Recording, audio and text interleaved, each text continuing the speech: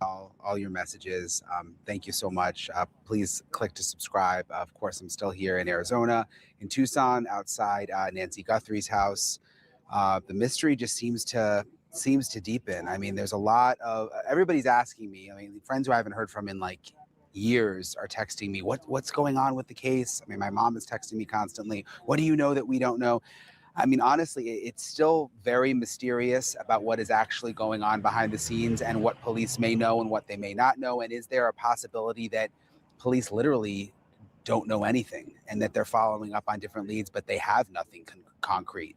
That is possible, especially after what Savannah Guthrie said in her latest video that she just posted to Instagram, asking the public for help. Listen to what Savannah said. Hi there, everybody.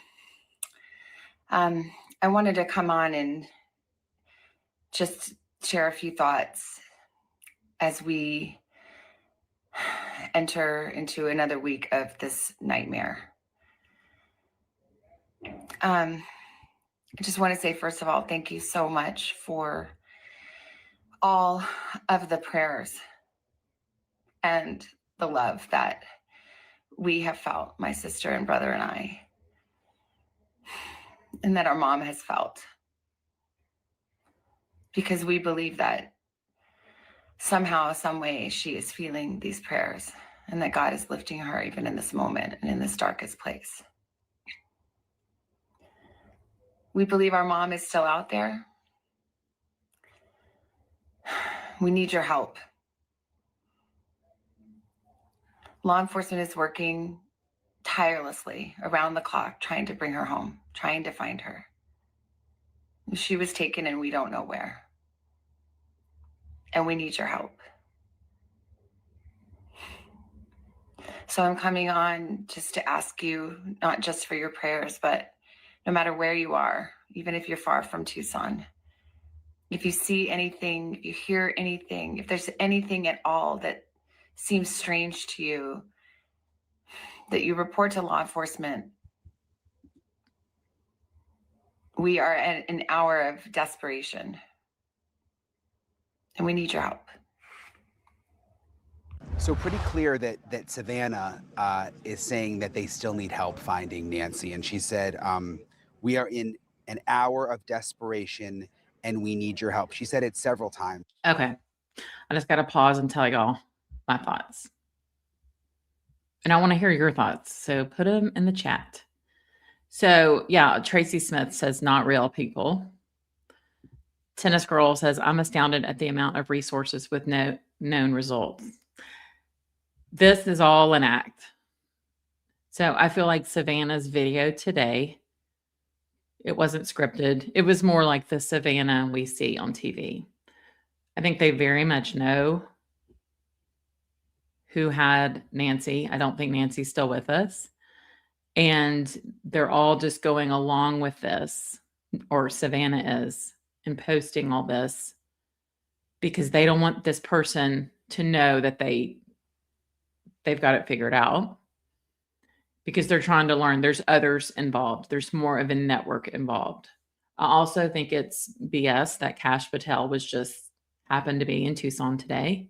I don't think that's a coincidence. There's no way. The body language of Annie has said a lot. And then now they're saying there was no search warrant, that the Guthries were like, yeah, you can go into Annie's house, no problem, when they let them go the other night.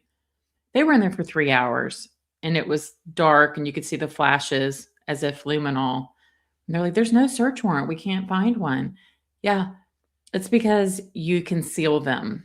Because if you let somebody read a search warrant, it tells you what they're looking for. So I believe that they're all just kind of playing along. And I don't think Nancy's here anymore. So I want to hear what y'all think. Why aren't they just paying? Because I think they know it's not real. Yeah, Armand, I agree. Everything seems strange to me about this. And all these FBI people, which who knew there were this many that had worked for the FBI, they're just like, this is just not right. And then it takes them like 2 days to get back with another ransom note, which, by the way, do you know how the ransom notes are coming out? So when you go to a news station website and it's like send in a tip, kind of like if you go to a company and it's contact us. And so you just fill out the form. That's how they're contacting them. So they're not sending an actual email. So that's my thoughts. I feel like they're probably interrogating Annie. I mean, this is just my total thoughts. I have no idea. It's a theory. I think they're interrogating her, and she looks like she'd be pretty easy to break. They're getting information out of her, and that's why they went back to Annie's house. I think the brother-in-law, supposedly the rumors are he's not talking. I have no idea. He hasn't been seen in a week by media, that is. Don't know where he is. Dawn says, I've asked this on a few podcasts. Where's the brother-in-law? If I was him, I'd be showing myself and making a statement. Exactly. And where are their friends in Tucson to say, oh, Tommaso and Annie would never know. They're wonderful. Have y'all seen her book that she's written? I'm going to pull that in a second. Yeah. See, the sheriff put out a new statement. They're following new leads. There is a lot going on, in my opinion. It just kind of like, think about the recent Ohio Tepe case. People were saying Michael McKee from the get-go. From the get-go, they were saying that. And they're just like, here's this man in the alley. That's all they kept showing. That's all they kept showing. So that's what I think. You're skeptical there ever was a kidnapping. Yeah, I think something happened, and I don't know that she was intentionally killed. I feel like Annie and Tommaso maybe, I don't know if they asked her for money. I don't know. I think Annie, I don't know if she was like totally in on the act, but she's definitely in the know of her husband. That's my opinion. And maybe the police aren't telling Savannah and the brother all this, but just on the outside looking in, this is all crazy. Tennis girl, you agree? Yeah. Because how do you go from the video? What was that? Was that Saturday night or Sunday night? The one we want to celebrate with her. That was Saturday, right? And then Savannah today, got on lipstick and she's just like, hey guys, we have no idea. Bull. They know there is something going on. Annie reminded me of people that take like a benzo or something. Yeah, we're being manipulated. Absolutely. Hey, true crime wifey. Yep. John Smith says, I'm beginning to doubt the ransom demands are even from the kidnappers. I agree. Tennis Girl asks, is there a way to look at Annie and Tommaso's financial stuff? For instance, are they delinquent on their property taxes? The only thing I've pulled up on Zillow, so last year they bought a different house, the one they've been searching in March, and it was like 600-something thousand. And then in June, they sold their other house. So we can pull that up and you can see they just seem like dark people. I'm sorry. Yeah, Spacey Dove, they will never recover the body. Thomas will never admit guilt, but will be charged. See, I thought y'all were going to be like, Leslie, you're crazy. Yeah, just don't be. Everyone's like, like at work today, we were talking about it. Everyone's like, I just can't believe they don't know. I said, y'all, of course they know. What are you talking about? This day and age? Come on. Hey, Christina, it's good to see you. No, the problem with the video, oh, you mean when they were leaving his house? I mean, they're not telling us any of that. Yeah. Yeah. There's something very, very, very, very off. I'm going to keep scrolling through these comments and play Brian some more, but even he's kind of like, I just don't know about this. So we need your help. And it seemed more genuine, should I say? I mean, not that Savannah's ever not genuine, but you could tell that some of those first videos that looked almost more like hostage videos with her and her siblings, that they were very much crafted in part by the FBI. And it seemed like this video was more just off the cuff and sort of the Savannah Guthrie that we all feel like we know from the Today Show and just from her social media. It seemed more just like her and genuine. And the fact that she's saying they need help, makes you wonder where things stand. Of course, there have been these letters that have come in, which I've talked about, and I'll kind of just go back for you and give you a little bit of the backstory before. I'm going to talk to retired FBI agent Steve Moore in a minute, which you're going to hear, and it was a really interesting conversation, especially what he had to say about the search that we saw happening at Annie Guthrie's house, which is Savannah's sister. So that's coming in a second, but let me just go back to the letters, tell you everything that I know. First letter we found out about Tuesday of last week. I believe that Savannah was told about it based on sources that I have on Monday night of last week. And in that letter, that is when there were the specifics about things. I have to read this. This is hysterical. True Crime Wifey texted, I guess it was last night. She's like, they need to waterboard Annie. I agree. Lie detector. That detective that Brian interviewed yesterday, I don't know if y'all saw that, but I can show that. He said that they really don't polygraph in there. He was a homicide detective, or he was a detective in that Tucson office. I've also heard they've had high turnover. Like the longest tenured detective there has 2 years experience. It's showing. All right. Evan, Elizabeth Duke, how are you? You said the FBI people are from the Phoenix office. Interesting. Yeah, it's a ruse. I agree. They know it's tomato. They know it is. And they're just trying to see who else. And I think it could be the Italian mob. I'm just telling y'all.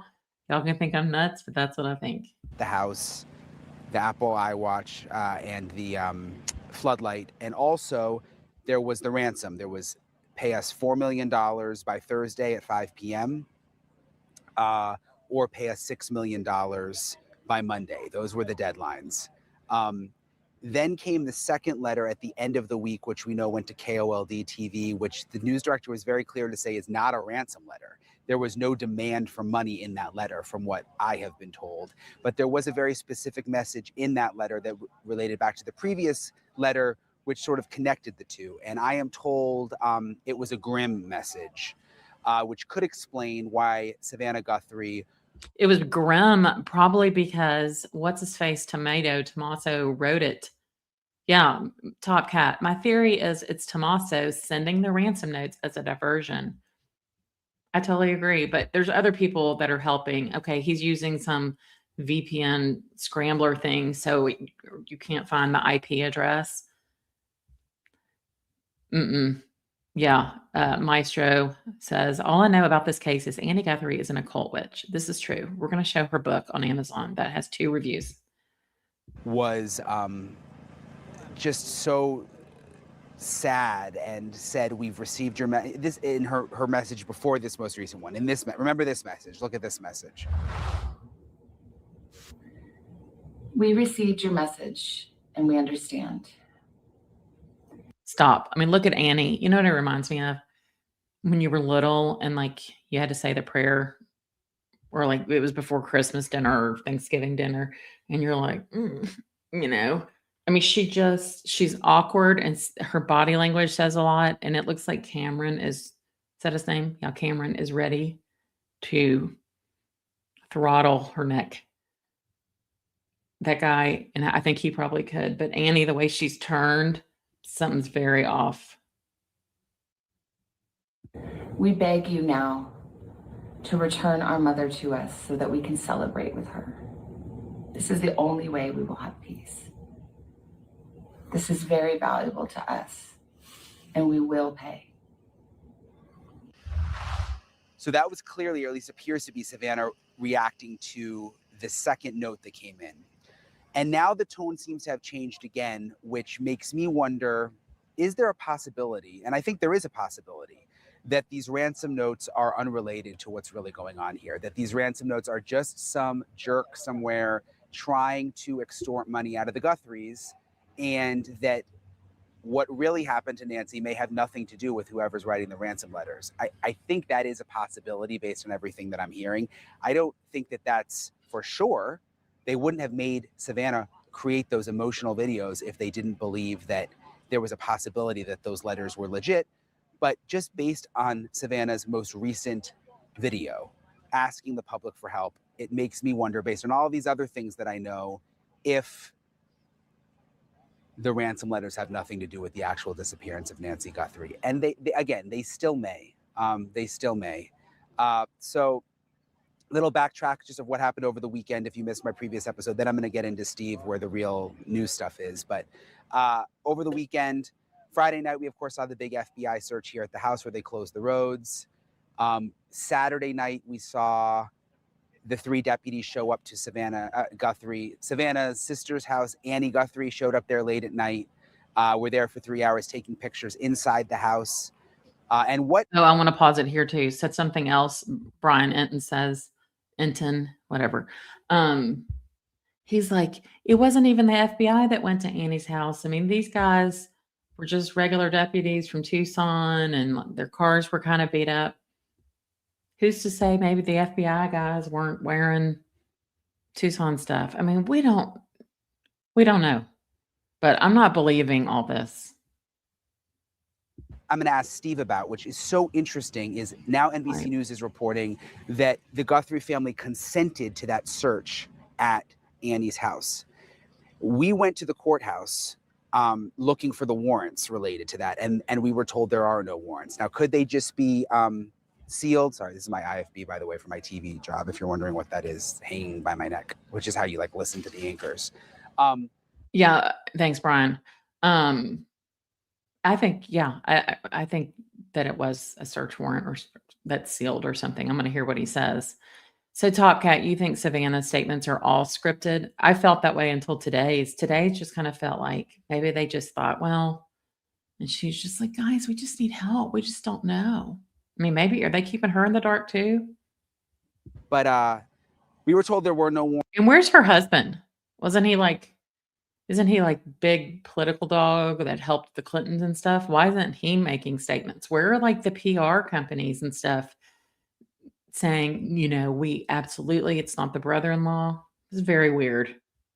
Warrants, and you're going to hear Steve explain it, but it's unusual if they were really suspicious of something that happened at Annie Guthrie's house, that they would just go with consent and not also get a warrant. And Steve will explain why. I'm joined now by Steve Moore, retired FBI agent. We've been talking about this case a lot for the last week, and I can't believe it's now more than a week, Steve. And we've got this deadline, the second deadline, and I've learned the first deadline of last Thursday was for $4 million. This deadline, they said $6 million. What do you think is happening right now? I mean, that's what everybody wants. It's quiet right now. What do you think is going on behind the scenes? Yeah, it's only quiet where you're standing, because somewhere they are getting ready to transmit ransom. And this is going to be tough because you have to come up with $6 million cash. Doesn't matter how much you're worth. I mean, most people who are wealthy have their money invested or tied up in assets, things like that. It's going to take a lot of work to free up $6 million and then get it into a means to transmit it to Bitcoin. So there is a lot of work going on, and the FBI is also preparing for the payment of, and a lot's going on. The FBI special agent in charge made clear the other day that, at the end of the day, it's up to the family whether they pay the ransom and whether they release these messages, and they guide them, but it's their decision. Right. If you were working the case and working with them, I mean, what would you be telling them right now behind the scenes? I would be like the agent in charge there, telling him it's your decision. I would be, however, my every bit of the wisdom that I had, every bit of the experience I had, and giving them advice based on that, not binding advice, obviously. And there's a lot going on behind. Have y'all noticed all these retired, whatever they are, they all have different opinions, but the FBI people seem to all believe this is inside. So I'm taking that. Kitty Cat. Tommaso has Steven Stearns vibes. Yeah, I absolutely agree. And the Madeline DeSoto, I totally agree. Freaks me out. Where's their child? behind the scenes that we don't know about. And those things are going to affect what the FBI is going to recommend. I don't see any indication here of any divide between. Let me tell y'all something. Whoever went in there to get her or whatever, ain't nobody, okay, kidnapping an 84-year-old. As somebody who works with seniors, that would be the biggest punishment in my life if you were to be like, hey, Leslie, here's an 84-year-old lady that uses the cane, so I need you to take her around for 9 days. Not happening. The woman, I would be shocked if she's alive, but I think she is deceased, and I think she died that night. That's what I think.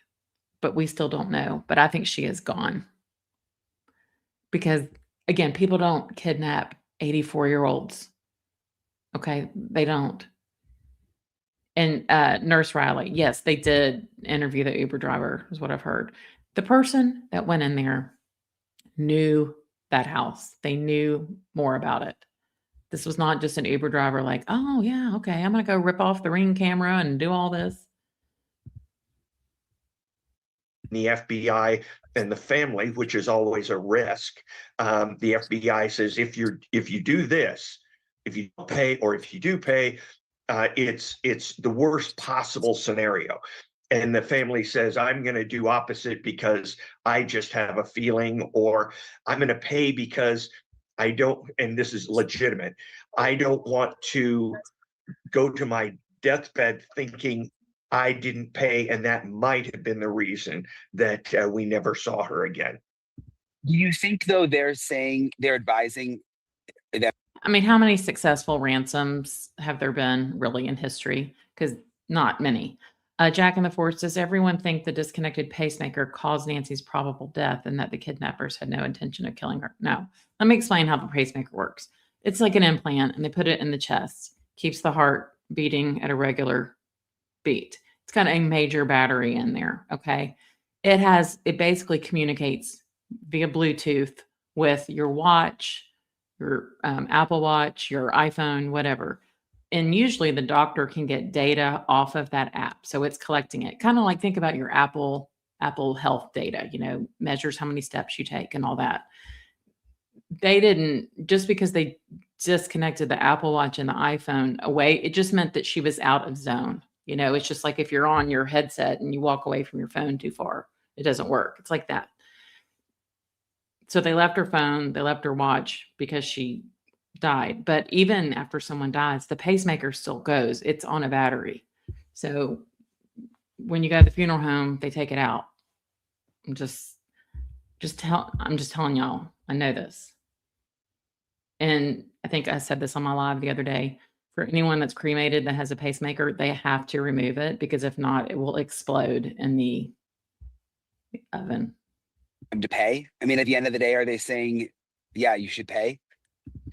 Only because I see that there appears to be no division. So the fact that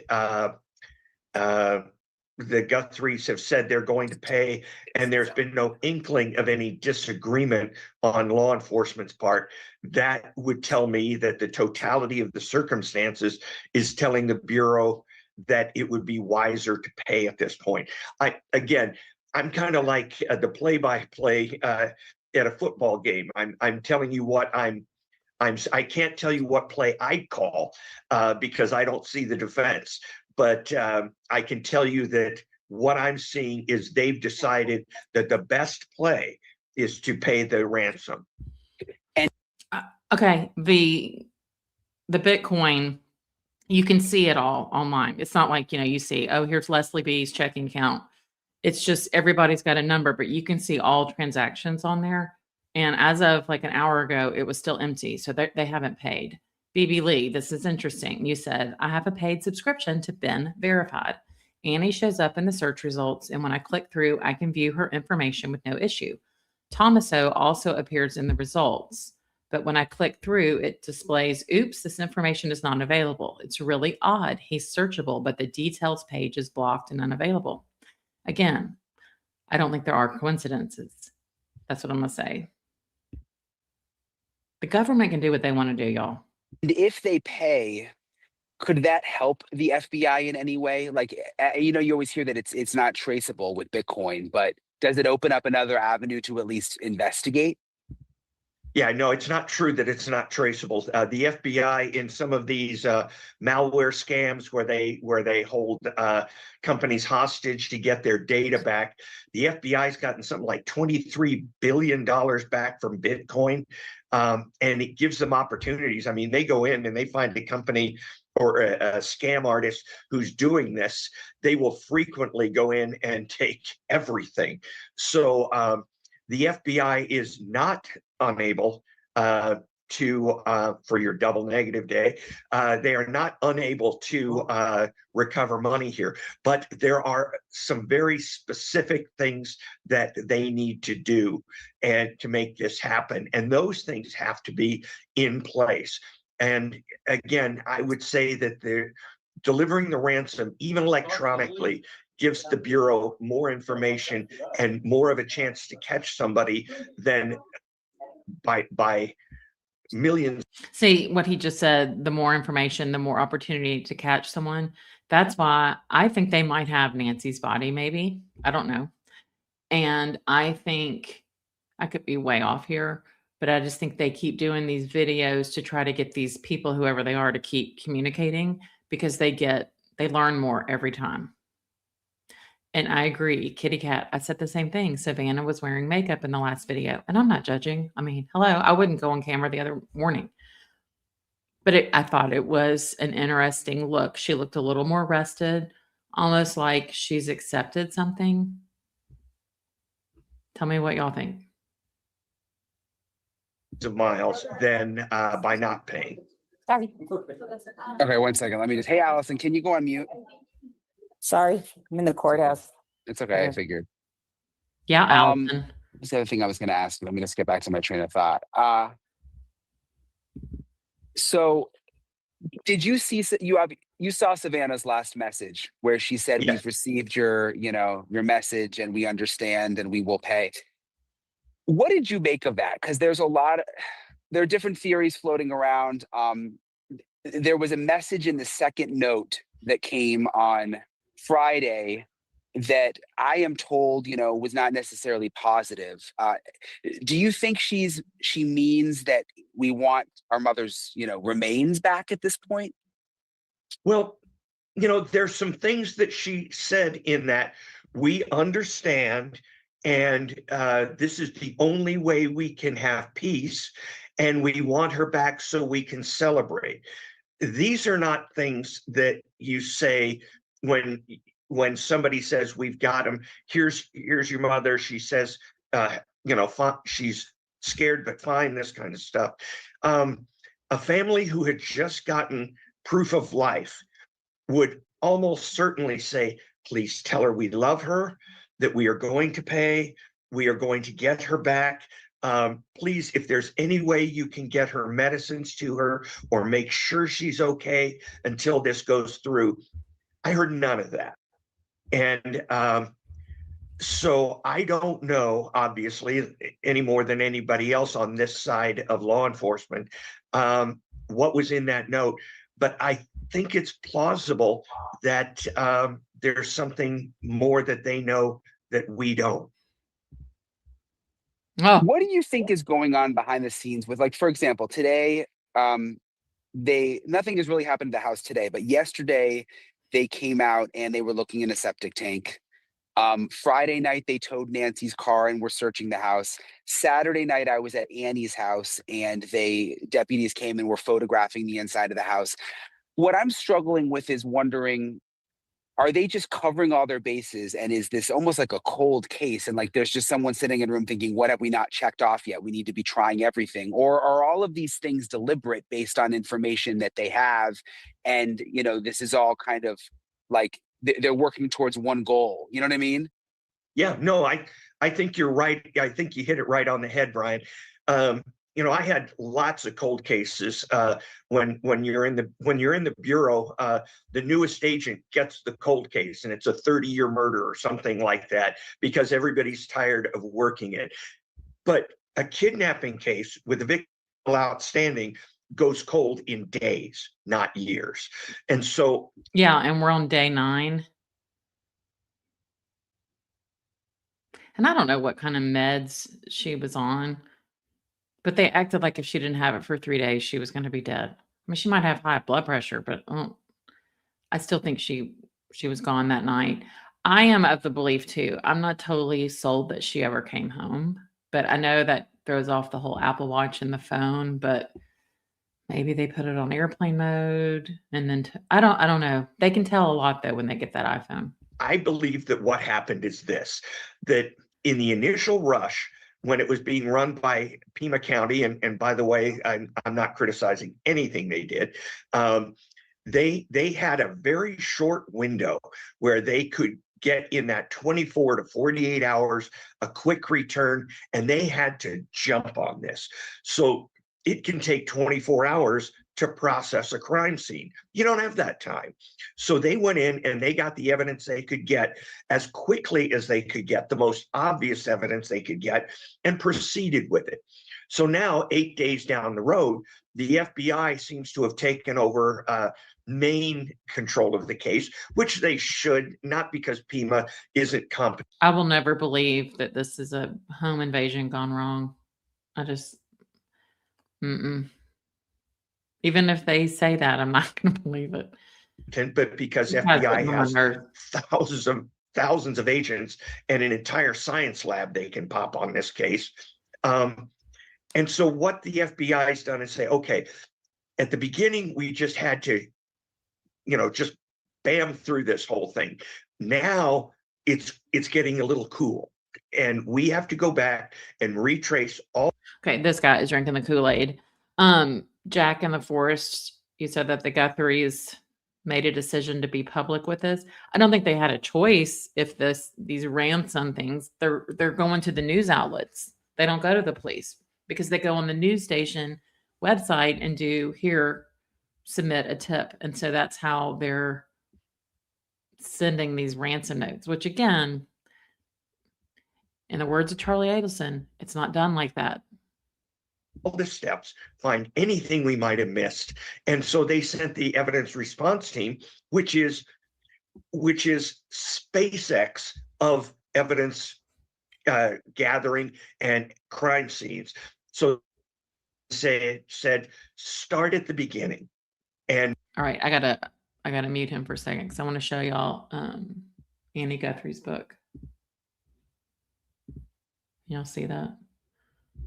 It's not me. I mean, what is this picture? Is that tomato in it? Look at that. So let's read this is called The Good Dark.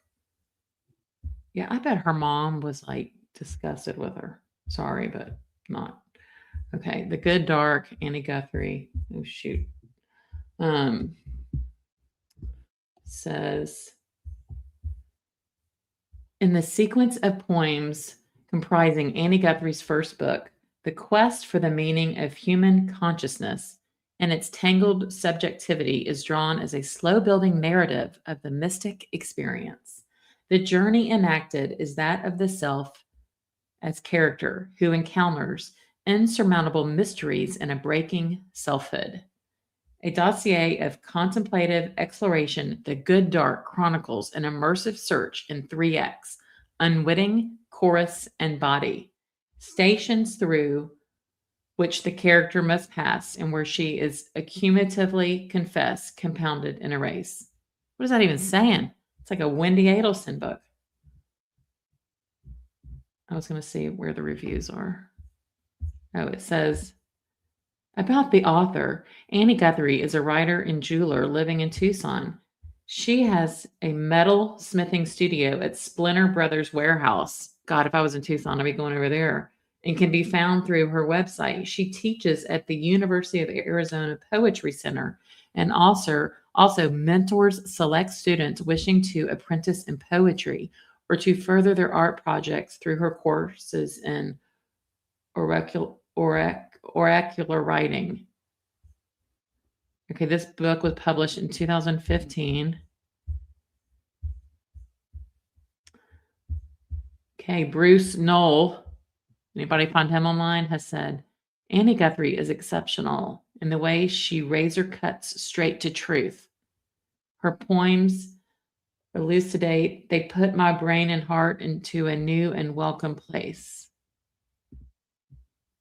I don't want to sign in on here.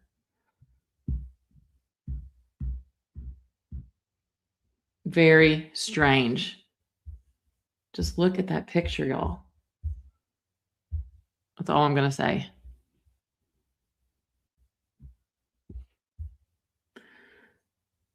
All right, let's see what y'all are saying. Yeah, she's like into witchcraft. And then her mom is all Christian, going to church and stuff. So that tells me right there they probably had a volatile relationship and they invited her over for dinner and games. This is just not making sense, y'all. This is not making sense. Yeah, I agree with you, Ava. Savannah, I believe, knows and is acting a part until the family member is arrested. John Smith. Yeah, there were pacemakers before there were cell phones. Yeah, I think Savannah has a clue. Rosemary, do we know for certain that Annie Guthrie is into two, black magic and the occult? Yes, I read something else too. I'll see where and I'll pull that up. I agree. I think something happened in that house. Why were they there for 3 hours with luminol taking pictures?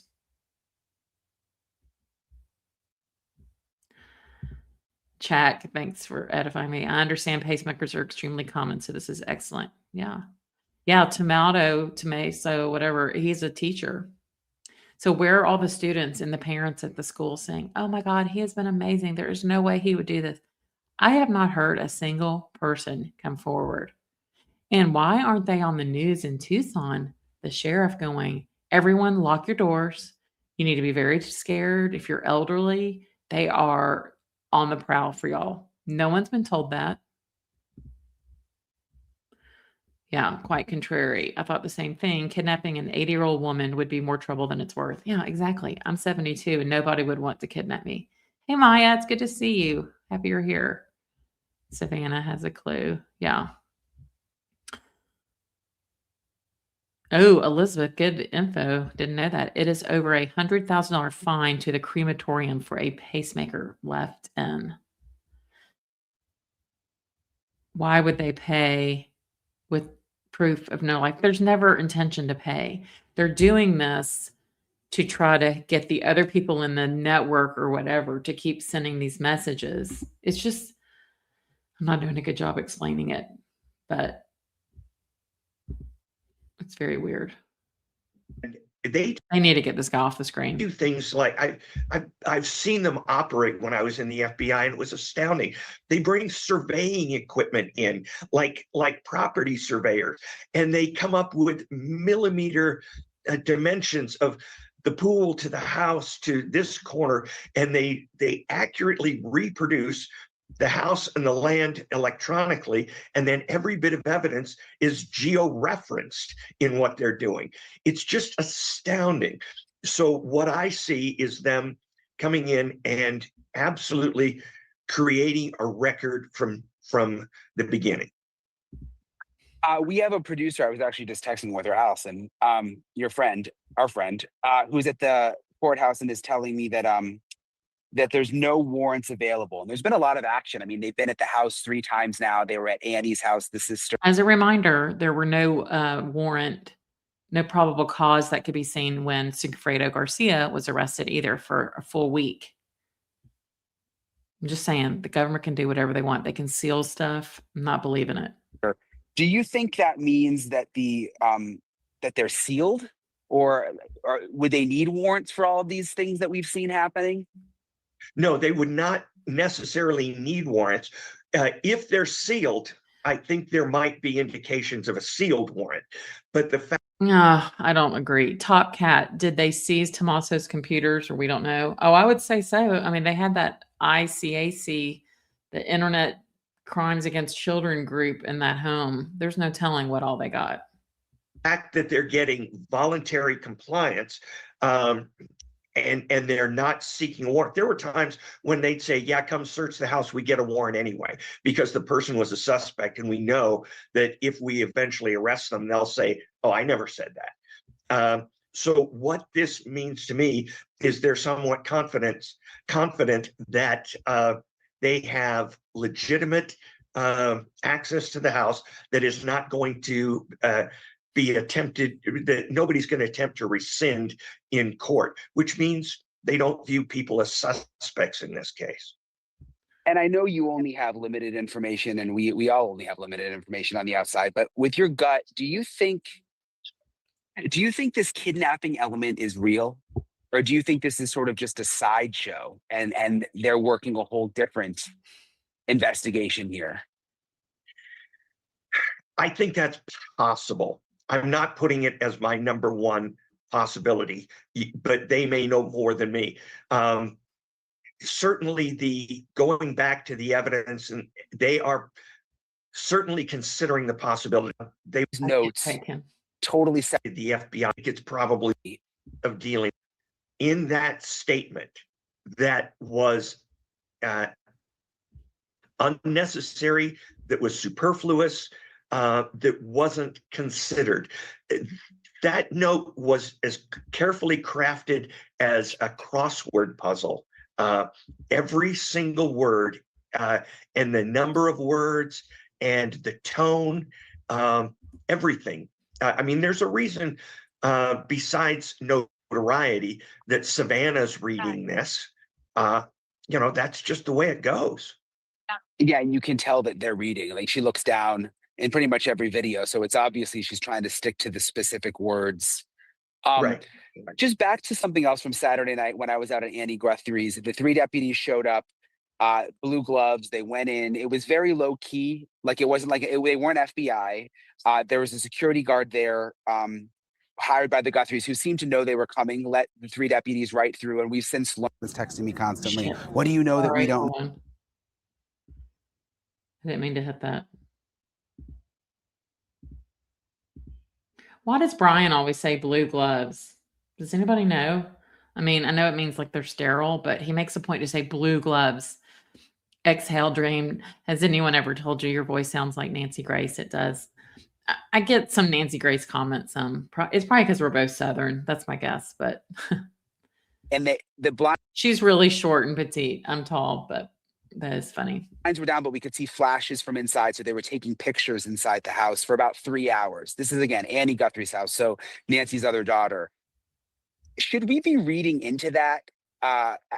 As in, a lot of people are questioning whether someone in the family was involved, or is that just standard protocol? And is that just someone behind the scenes saying, oh, we never got pictures inside the house and that's where she was Saturday night? We should just do that regardless. Like, we should have that no matter what. Yeah, I don't see how that would happen. I think, see, if the FBI is going to take this case federally, it would mean that anybody who collected evidence would have to testify. And so if the Bureau needed those pictures or whatever was in that house, they would have sent FBI agents so that everybody in the same organization is on the same page and they're all testifying. So I don't think that was what you would consider crucial information. But at the same time, it indicates the second time they've been in Annie's house. And, I'm not saying Annie or her husband had anything to do with this, but it's possible that they had people working in their house that might have been involved. Think about this. Annie was responsible for essentially, she lived closest. So of the family members, she was right there where she could take care of her mom. And she had knowledge of the house. She had all the information about getting into the house, their timing and things like that. So it's not out of the realm of possibility that somebody who had been in Annie's house could be a suspect. And that would mean photographs were being taken. So it might not be Annie's husband or Annie, but it could just be they're interested in someone who was just at the house. Yeah. Interesting. What? No. Or even what happened that night. Was there, doing background on Nancy that night. Was she in good health? Things like that. There's so many things it could be, but I would lean, if it has anything, obviously it has something to do with the kidnapping, but I would lean towards the fact that it's not necessarily Annie or her husband. I would think more along the lines of domestic help, handyman, things like that. So NBC News is reporting that the family consented to the sheriff's office showing up and doing whatever they were doing in the house with the camera flashes. Would they still, I mean, is there a difference between consent and a warrant? Would they have gotten a warrant if it was more serious? Well, here's the thing. If you are searching somebody's house, I can't take this guy. I mean, Brian has done a great job, and he needs to learn when to wrap it up with people. Thank you. As always, I really appreciate Steve Moore for taking the time. Yeah, thank you. Oh man, Josh Ritter is out in Tucson. What? All right, I'm going to read some comments. Mary got Christina's sweatshirt today. Great quality. It is. It's strange the FBI hasn't ruled anyone out. Exactly. They're just acting like they don't know anything. Savannah doesn't know anything, and she's just pleading for help.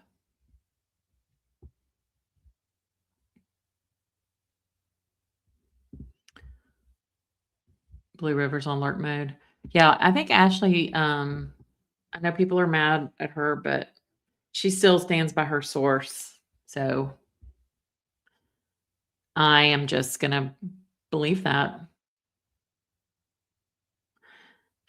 Ashley was methodical, says Dawn. I noticed she didn't mention brother-in-law outright, keeping it close to her heart. Maestro says, guarantee that Annie Guthrie's involved. Maya, I do not see how someone who's 84 survives more than a week without their meds. I mean, it depends what kind of meds they're on. If she was diabetic and needed insulin, then that is a huge deal. BP meds, thyroid meds. I mean, you may not feel great, but I don't think you'd be dead that fast. But again, nobody's kidnapping an 84-year-old. I mean, y'all, that would be the punishment to the kidnapper. Yep, I did. Yeah, exactly, boss lady. Annie's husband has had zero presence in all of this. True crime wife beat. Kidnappings happen all the time and the public is not notified. Law enforcement and family work together to get the loved one returned. Things that happen out of the public eye. This is very public. Can anyone verify her meds were no longer in her home? I mean, they were saying that. I'm just assuming. I think they said nothing was taken, but who knows? I think they were in the house, they think, for 45 minutes between the Ring camera and then the pacemaker disconnecting. I just would love to know like more what was going on in the house. Tommaso's been with Annie since 2006. Yeah, I don't think they're married, but they have been together a long time. You heard Nancy's cell phone was in her car? I don't think it would have been, because she would have had that at the house at Annie's and then they brought her home. Yeah. I think she was gone that night too. It's almost more than obvious. Now that she is gone, in my opinion, God bless her and the family. Yeah. Yeah, Top Cat. That's a good point. The 40 minutes they spent in the house shows familiarity and comfort being there. True. Just like, yeah, we're in mom's house. Maestro, yeah. You think Savannah's husband is at home trying to maintain some semblance of normalcy for the kids? Andrew, Patty Hearst ransom was paid. Yeah. And then someone said that it was a forced entry, but then I think it was Brian's channel that I saw an interview and somebody said the back door was wide open. So I don't really know what that means. Bob, Plus, think about it. AI can retranslate all messages. So them saying the scribe was very detailed. Sure. Okay, Jan. Yeah. Yeah. And why take her in a burglary gone wrong? Right. I agree. I think they were wanting money or something from her. Brad, you think they should have paid the money? I just don't think the ransom person. I think there's just different crimes going on here. I mean, the ransom note was days later. Usually it's like immediate. Yeah, here's Annie. Mommy. Mommy. That was weird. I mean, I know why they were doing that. I know they were coached, but just like her whole like effect was just very strange to me. And I'm going to say it. Why was she wearing a white blouse with a black bra? I understand you're going to go on TV or whatever, but wouldn't you be like, hey, sis, you need to put on a sweatshirt or something? But I mean, was that a message? Hell, I don't know. Yeah, true crime wifey. That's your point. She was never going to be returned. Yeah. Yep. Brad, didn't they leave diamonds behind or jewelry behind this? Yeah. I don't think they took anything valuable. Probably because Annie and Tomato were like, well, we're going to get all this stuff anyway when she dies. That is my guess. That is my guess. Does anyone watch Daily Dose of Dana? She got an interesting message from someone whose husband went to high school with Annie Guthrie. Well, tell us, Maya. We want to hear about it.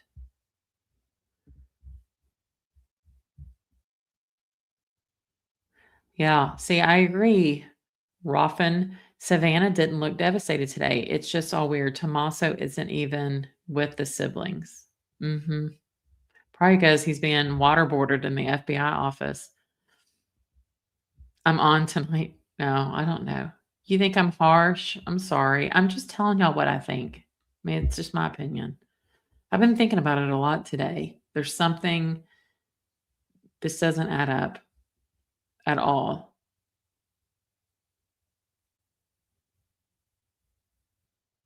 Yeah, the ransom notes to the media are bizarre. Through a contact form on the website. The brother-in-law, Don says, the brother-in-law knows the desert like the back of his hand. Look at the terrain. She could be anywhere, buried, shallow or deeper, if planned earlier. Remember the white van? Yeah. And also, have y'all heard all the coyotes there at night and like the howling? They could drag a body anywhere. I agree, Top Cat. You couldn't find two sisters more different. And you've got Savannah, who's like, went to Arizona and then law school at Georgetown.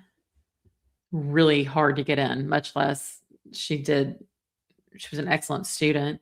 And then the brother, a fighter pilot. And then Annie, the middle child, is a poet writing about the dark side, studying witchcraft, black magic. Yeah, exactly, Maestro. Hints of voodoo in there too. Oh, yeah, I saw that she was wanting voodoo dolls online. Yeah, I mean, there might be other ransom notes that we don't know about. Hey, Emily, good to see you. She's a black magic woman. Thanks, Evan. You said everybody in Arizona knows Tucson sucks. FBI from Phoenix is only chance family has in solving. Interesting. Yeah, do we even know if she had a caregiving company? I haven't heard any mention of that. I mean, she seemed pretty independent, right? Could they have been grifting off Nancy? You do wonder. I mean, how does a school teacher buy a house that's 600 something thousand? Annie had an Etsy shop. She's making that like wire jewelry, It was big in the 90s where you'd like take a wire and you wrap it around rocks and stuff. But her Etsy shop's down now. So, yeah. And I am so sick of the president or whoever that guy is, that Harvey guy from TMZ. He's like, oh, it's obvious. This person is very educated. Like, dude, where did you come from? LLH says, what are the odds a caregiver or maintenance person stole her meds in advance to ensure that problem wouldn't be a problem? Significant planning. It could be. I mean, we just haven't gotten a lot of details. Yeah, Annie is a poet and she makes jewelry on Etsy. Yeah, that book cover is weird. I'm going to pull that book cover up again. There it is. The Good Dark. 2 reviews. I wonder who paid to have it published.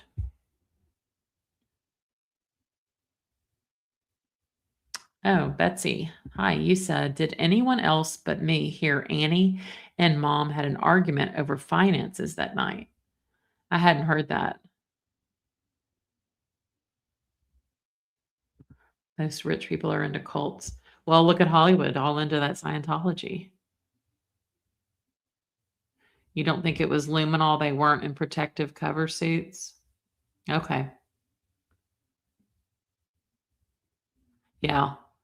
We did see the Celebrite suitcase thing going in there to Annie's house the other day. Oh, Jennifer Lynn, interesting. I think whoever took her got tired of waiting for the perfect plan and decided to wing it. Yeah, who said there was an argument and how would they know? It's a good question. Yeah, none of it makes sense. How far is Tucson from the Mexican border? About 60 miles. Yeah, I think it is. I think it is tomato. Yeah, Bob says, just like Danny's murder, Dan Markel's murder, they knew it was targeted. I agree. So remember with Dan Markel, they didn't put anybody in the neighborhood on alert because they were like, this is targeted. But now they're saying we have no leads and all this on the news. Oh, Evan, you said 20 miles to the Mexican border? Okay. Then someone else says 90 miles. Yeah, kitty cat. This is not an episode of CSI for sure. Okay, Dawn, you said they said today they wear Tyvek suits when using luminol, and they didn't on Saturday. Interesting. Someone else said 76 miles to Mexico. Tucson is 20 to 20 miles to the border. Well, regardless, it's an easy drive, right? Yeah, where's MacGyver? Yeah, Rolfin, I'm kind of thinking like this, like Annie knows something, but she doesn't know everything. She says, or he, I don't know. Rolfin says, I don't think Annie knows where Thomaso put her body because she wasn't with him. I think she's the only one that could get him to tell. Okay. Yeah. Bitcoin has not been funded. So here's the deadline. So are they on the contact form right now on the website? Andrew asked, why did Nancy take a Lyft or Uber to meet them? And Annie and Tommaso drove her home. Why didn't she take the Uber home? So my understanding is she was at an event for church or something with church.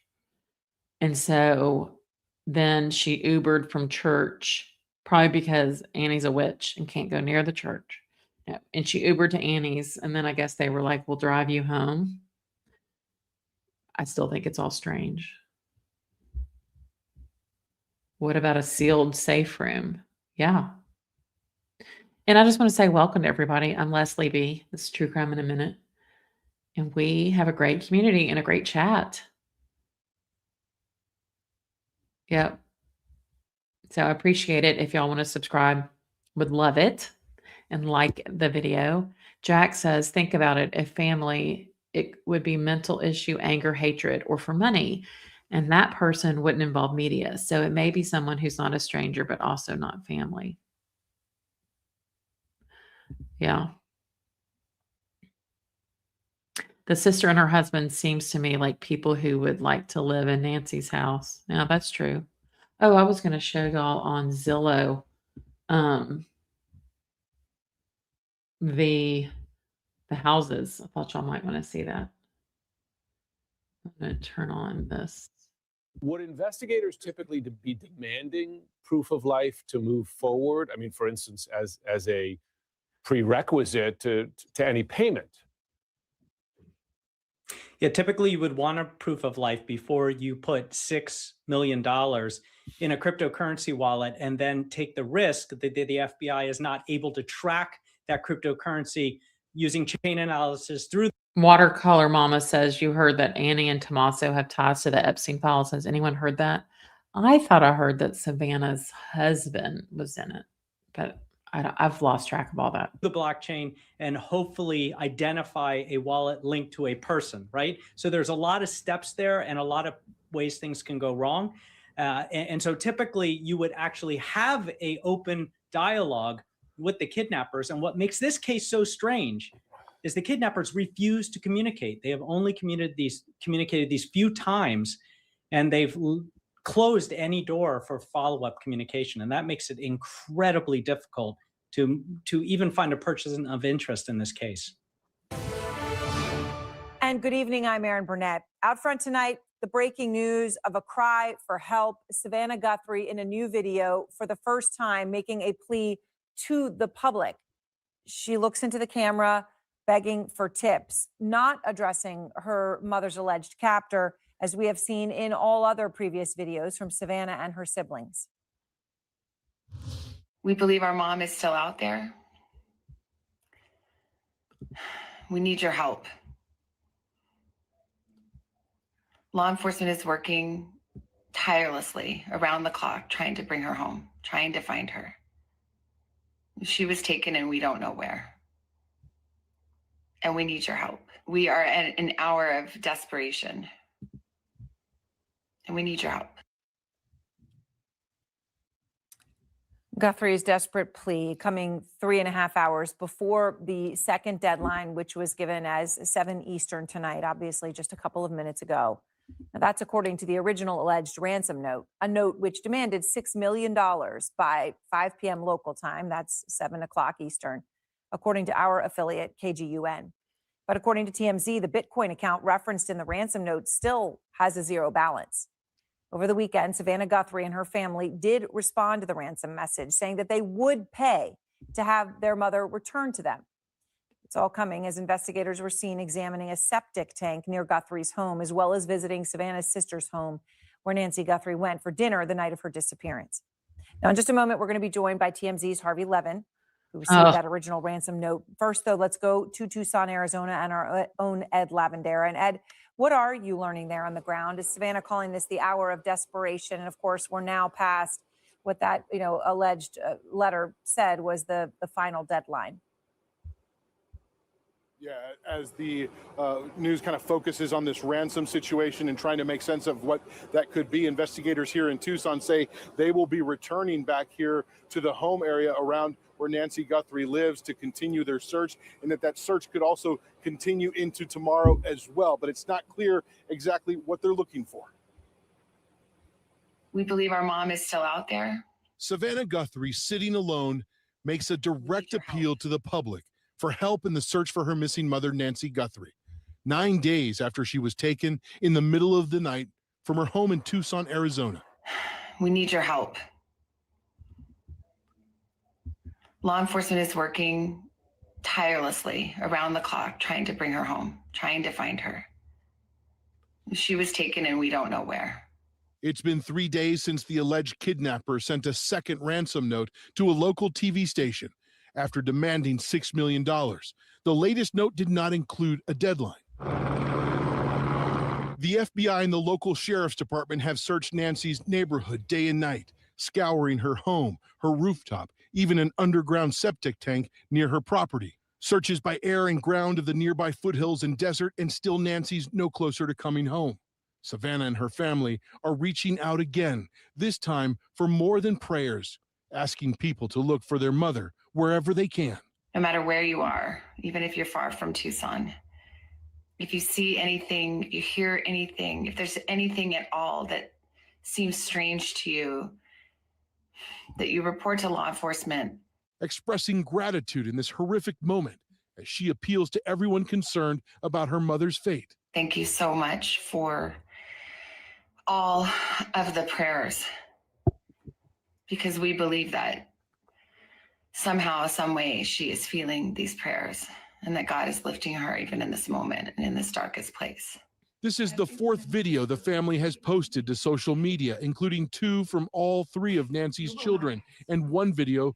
The latest is nothing. No ransom was paid. They're watching the account online, and we're just watching this. But I'm going to show you all the house that they owned, and then the new one. Just from her son. Previous posts were aimed at the kidnappers. First, we have to know that you have our mom.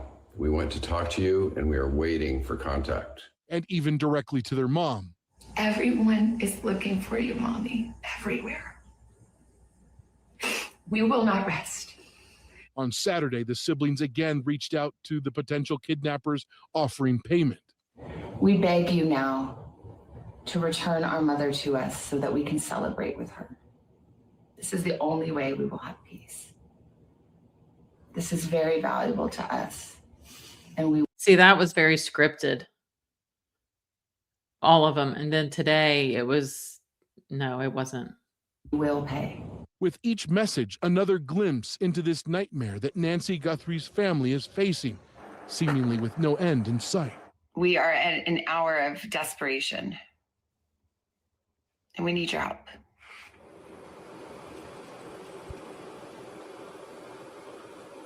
That sense of desperation is something that not only is the Guthrie feeling the most intensely of all, but I think a lot of their neighbors here in Tucson and friends who are desperate for explanation as to what has happened here continue. Also, while we're kind of on this sort of conspiracy stuff, does anybody else see coincidence that Tomato is Italian, and Savannah was about to leave for Italy for the Olympics? I almost wondered, like, if they brought it up to Nancy that night, and we're like, I can't believe she's going to go to Italy with all this, with what ICE is doing, and maybe she was defending Savannah because I'm sure Savannah, is the golden child, and if that really ticked him off. Has anybody else thought that? I have. All right, I'm going to show y'all their house. So this is the house where they used to live, Annie and Tommaso and their child. I don't know how old their child is. I have no idea. They sold this for $379,000. So, but just remember, as you look at this, there's lots of pictures of the outside, which tells me the realtor is like, oh my God, there's not a lot to work with here. So then there's like a porch kind of thing. Look at all these plants and stuff. Okay, now we're inside the house. Can y'all see that enough? So kind of like that retro kind of groovy style. Sorry, I'm not keeping up with the chat very well. I want to see what y'all are saying about the house. But I mean, it just looks very minimalistic. Oh, it looks like what? A bunch of vinyl records in there and a record player. What's a stretch for you, some girl online? Sorry. Oh, are you talking about the Grish theory? Emmy, you asked, why are they watching the account online? How does that help or provide information, especially if the ransom has not been paid? I feel they're unable to provide POL. I just think the public's watching just to be like, okay, well, it hasn't been paid. Yeah, tomato. I don't know that Nancy would have that much life insurance. I mean, generally people in their 80s don't have like a big life insurance policy. Okay, but hey, Rosie, good to see you. Annie's house is not big. The house across the street is big, right? So Rosie lives in Arizona. So this is their old house that they moved out of in March. Wow, they've got like some serious couches going on here. Oh, look at this portrait over here, Murder by Maestro. I got a map of New York City. Kind of looks like painted concrete flooring. Maybe they pulled that up for the listing. Interesting art. Fan blades, pretty sure those are on wrong. Aren't they supposed to be angled? This house just does not ooze warmth for me. Got some old like dining chairs, piano. And then look at the candlesticks over there.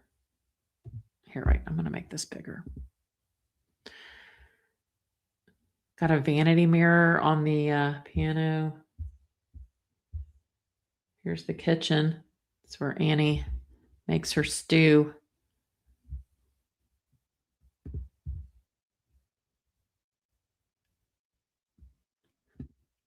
Yeah, I'm telling you, I think there's something with the Italy. Jennifer Lynn, it's deeply weird that Italy, it was like the last straw for someone. That's what I think. I think they were livid that she was going to go over there and participate, and that sparked a fight, and I think it enraged that Tommaso. That's what I think. Kimba says, you said they got out of their house in March. Maybe someone was watching Nancy, and maybe they did not get that house they were supposed to. I don't know. So they moved from this house to their new house, which I'm going to show in a second, in March. But then this house that we're looking at didn't sell until June. So that means they own two houses, April, May, June, for 3 months. So they had two mortgages for about 2 months, usually, maybe, because you don't have a payment right away. So we also know Annie is not a decorator. Look at this painting over here. It's interesting. Look at that little school desk. Y'all find that interesting? I do. This was kind of weird. I mean, I know it's just the tile. This house is just not cozy. You know, like if you were to show me this house and say, this is Savannah Guthrie's sister's house, I'd be like, no way. And then look at all this. They got a lot of couches in there. And all the stuff on the wall.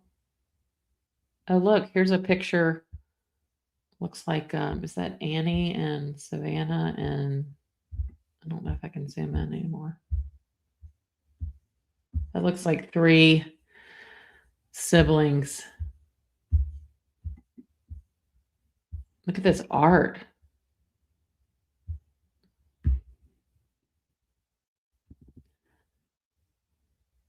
Looks like a rental. Yeah.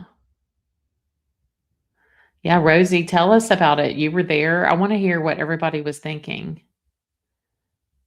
Yeah, you can tell a lot about what someone's house looks like. Exactly.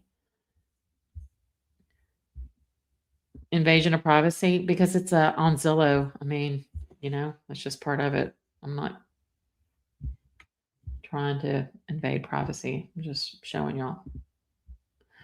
I mean, they don't live here anymore.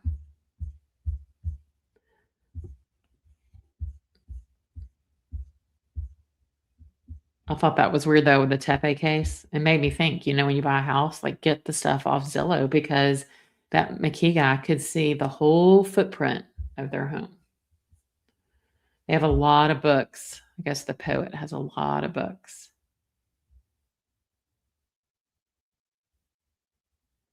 Oh, what pics?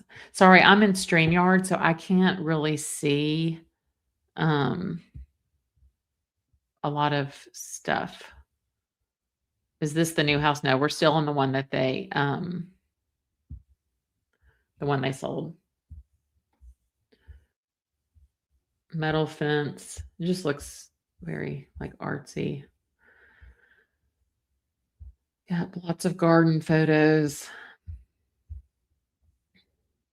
Looks like they had a orange tree or something. I mean, these are odd pictures to put in a real estate listing. There's the porch.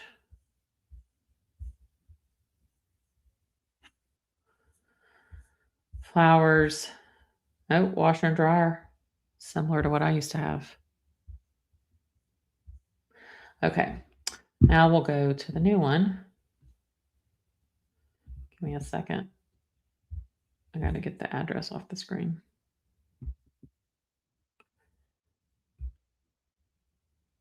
Okay. So this is the new one. This is the one we've been seeing on the news. So they moved in here in March, and then that last house they sold in June. So they live in this house. So keep in mind the pictures that we see are not theirs. It was the previous owners. But that is the garage where they went in the other night to take all those photos. And this house sold for $650,000.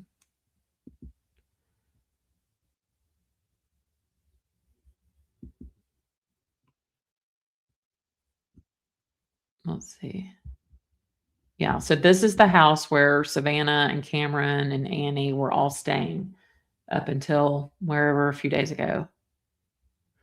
Yeah, Claudia, that's how BK got to know Idaho. Yeah, why are there bars and windows? I don't know.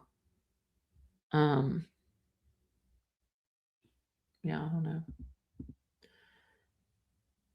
I mean, this house definitely like a step up. Looks like, I would say that's travertine, maybe. I don't know. It's very artsy, right, in Arizona? It's like someone built these cubby things to show sculptures and things.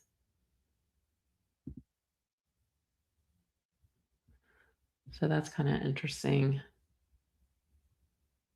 But you'll see like a white brick wall in a minute, and it's like the, what's that called? The video they did. See this brick? I'm guessing maybe they painted it because that's the same brick in the background of that video. There's the kitchen.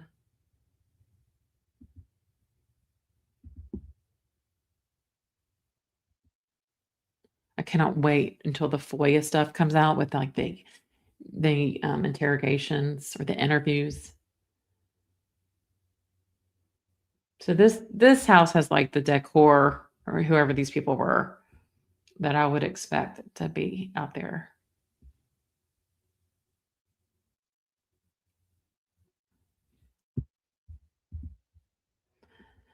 Big windows in the back. Arches, brick. See that white brick? That was in that video. That was the background. They were sitting on a bench.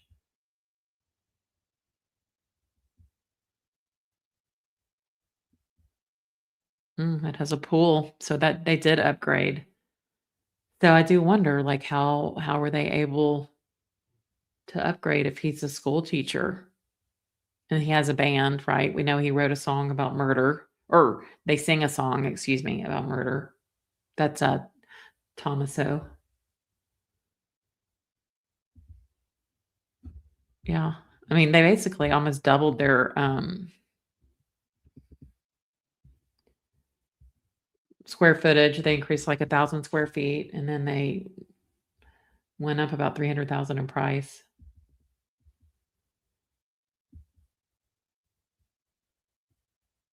Yeah, these are Zillow. So I looked up their addresses. I mean, it was all Google, and then I just looked on Zillow because I heard they just moved. Yeah, just think the FBI or the deputies were roaming this house a couple days ago.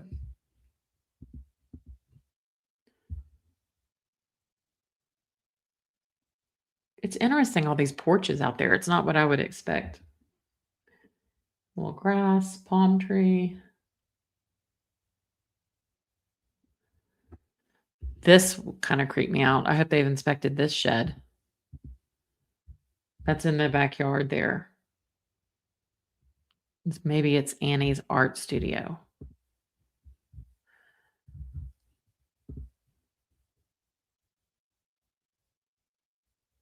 Karen, yeah, most people's first homes are minimalist. I mean, that's true. But like, how old is Annie?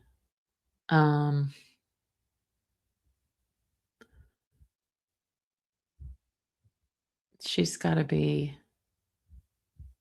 See, the oldest is 61, so Annie's what, late 50s? Yeah.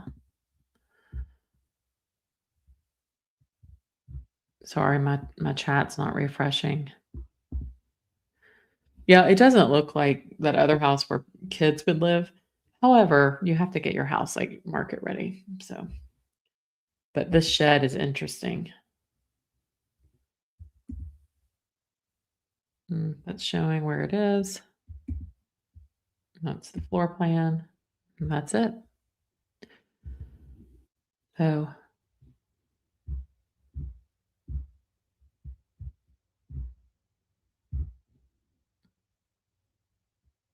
Mr. Body's house in Clue. Kidney pool. Yeah. I mean, that house has a lot of potential. 61 is Cameron, and I think Savannah is 54, I read. So I guess Annie's like somewhere there in the middle. Let's see. P. Schmitz says another web sleuth said it's on tax website. They are delinquent on property taxes on this new house already. Wow. I haven't gone down that. Oh, yeah.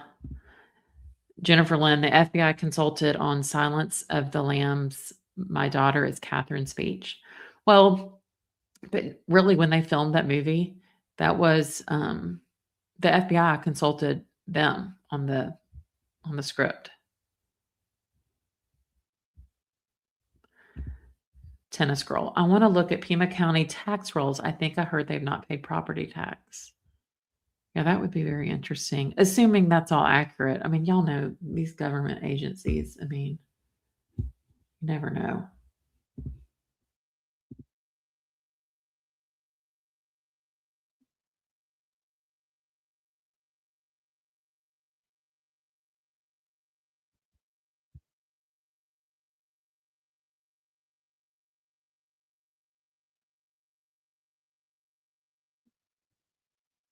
You were hearing thumping. I'm sorry, it might have been the mouse. I mean, my clicker thing.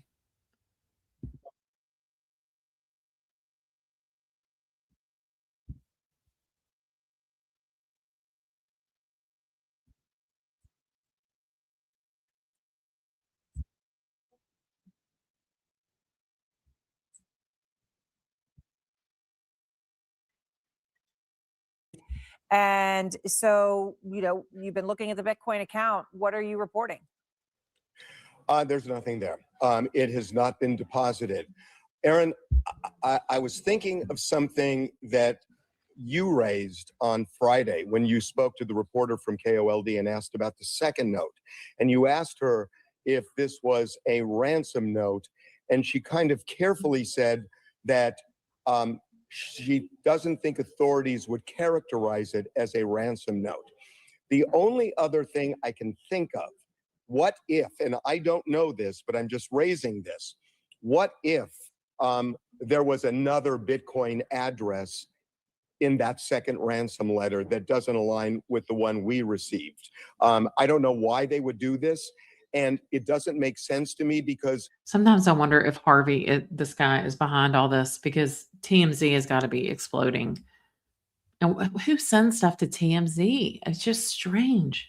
If Savannah did pay this money, I don't know that it's in her interest to do an APB for everybody to look out for somebody who might have her mom, or to find her mom if they paid the money and they're waiting for the return of their mother. I don't know that she would go out with a call like that. So on a level, I don't see why there would be another Bitcoin account. But I think it's possible it was in this letter. I want to read you I'll read you one line. Okay, real quick on the house. So Annie and Thomaso made some money on that. So it was bought in 2010 for $140,000, and then they sold it in 2025 for $379,000. So $239,000, 15 years. from the ransom note we received. And they say it is in the best interest of everyone to have this completed as soon as possible. So, you know, this was way back when the first ransom note was issued, and days passed. And on Saturday, Savannah said, we are going to pay this. So it's baffling to us. We just don't understand what has transpired, but the account we're looking at does not show a deposit. And so you said the original sentence was, it is in the best interest of everyone to have this completed as soon as possible. All right. So now I understand exactly what you're saying, right? It was interesting that the way that that reporter who had seen the second letter you're right, did characterize it as not a ransom note. But so we don't know if there was an additional address in it or not. But when you talk about the Bitcoin address itself, Savannah Guthrie posting a new video about the search for her mother just moments ago, about Nancy Guthrie, with the deadline for the second ransom note set to expire in just 2 hours from now. Watch this. Hi there, everybody. I wanted to come on and just share a few thoughts as we enter into another week of this nightmare. I just want to say, first of all, thank you so much for all of the prayers and the love that we have felt, my sister and brother and I, and that our mom has felt. Because we believe that somehow, some way, she is feeling these prayers and that God is lifting her even in this moment and in this darkest place. We believe our mom is still out there. We need your help. Law enforcement is working tirelessly around the clock, trying to bring her home, trying to find her. She was taken and we don't know where. And we need your help.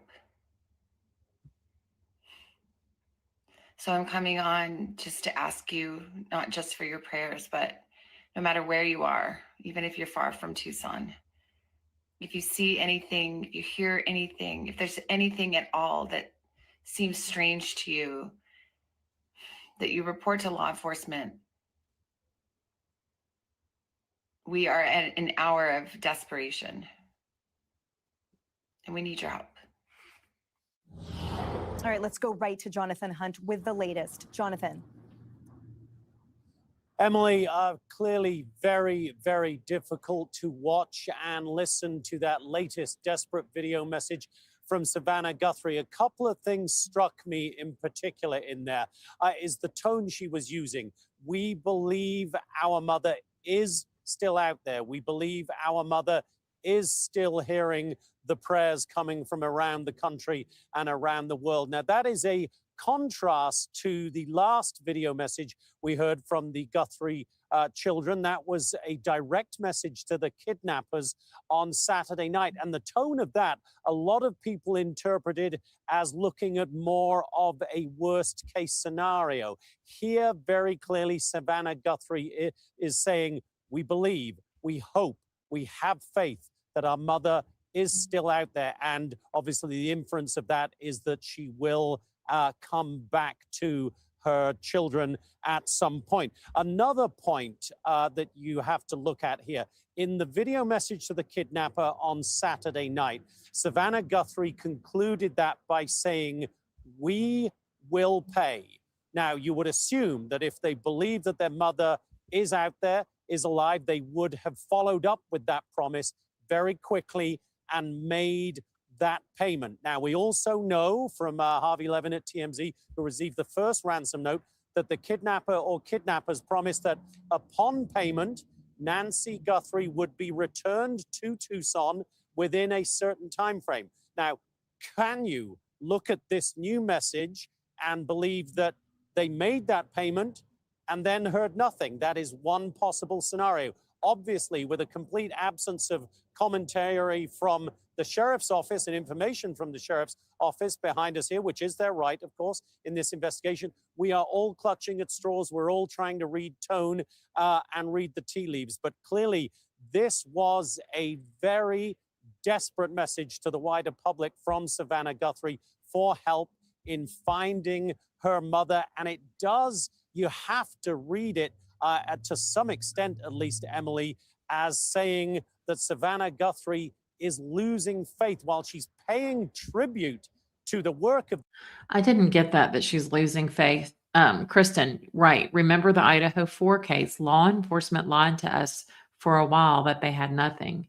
It was, I think, 11 days before they came forward with Koberger, or was it longer? But they're not going to go in and show their poker cards.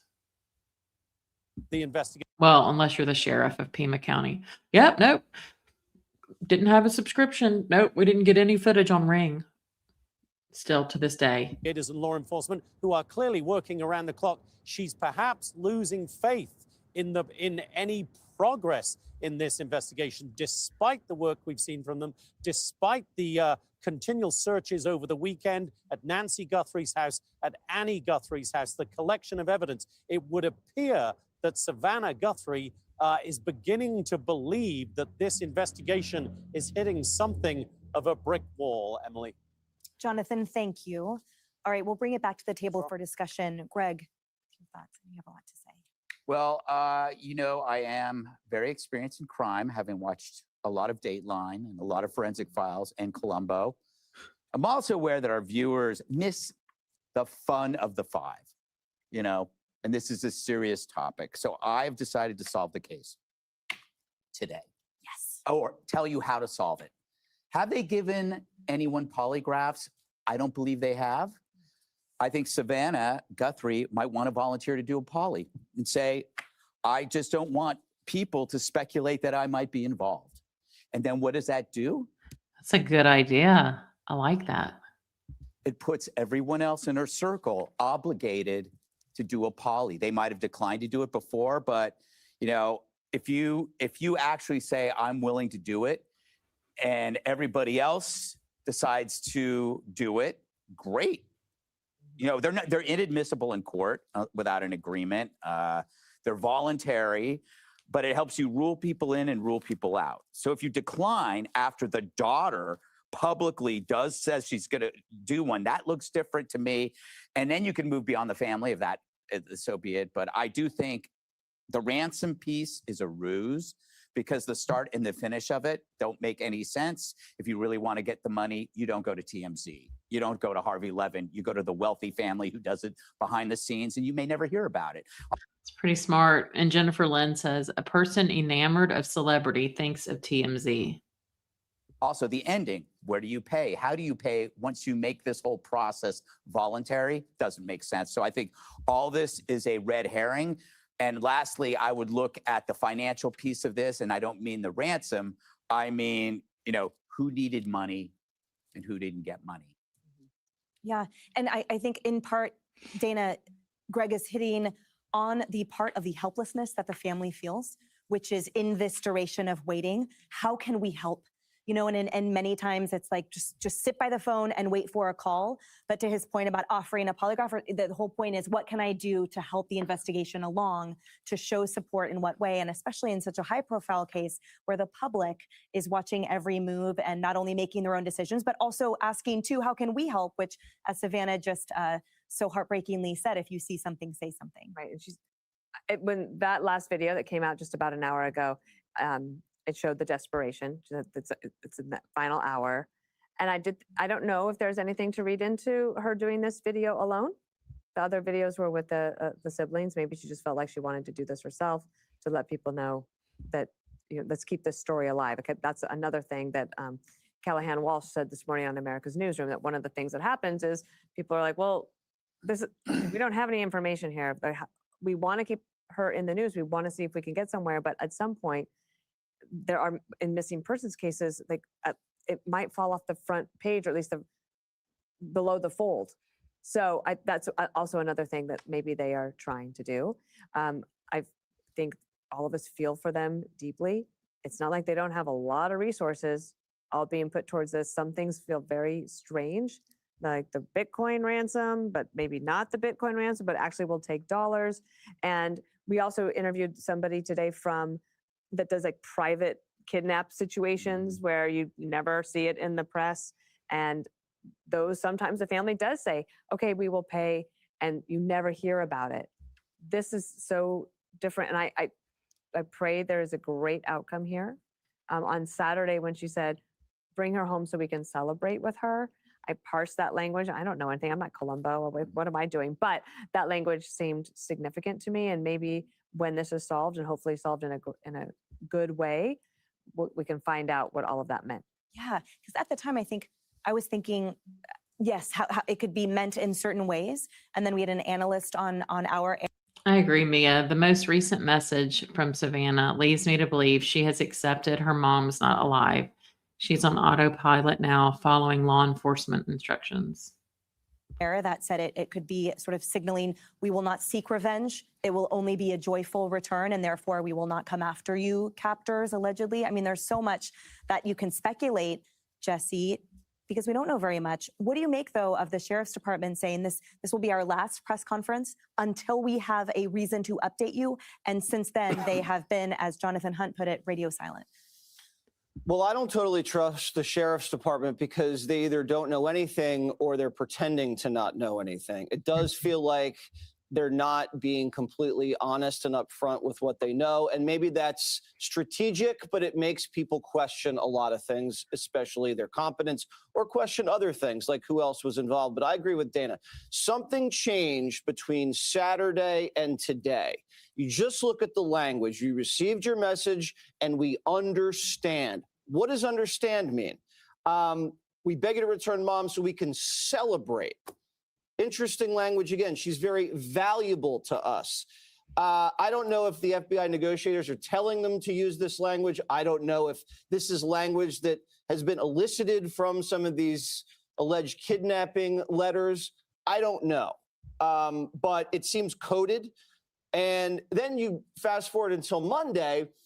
Before she was talking to the kidnappers, and now she's just talking to the entire country. And she's saying she was taken. You have no idea where. We have no leads.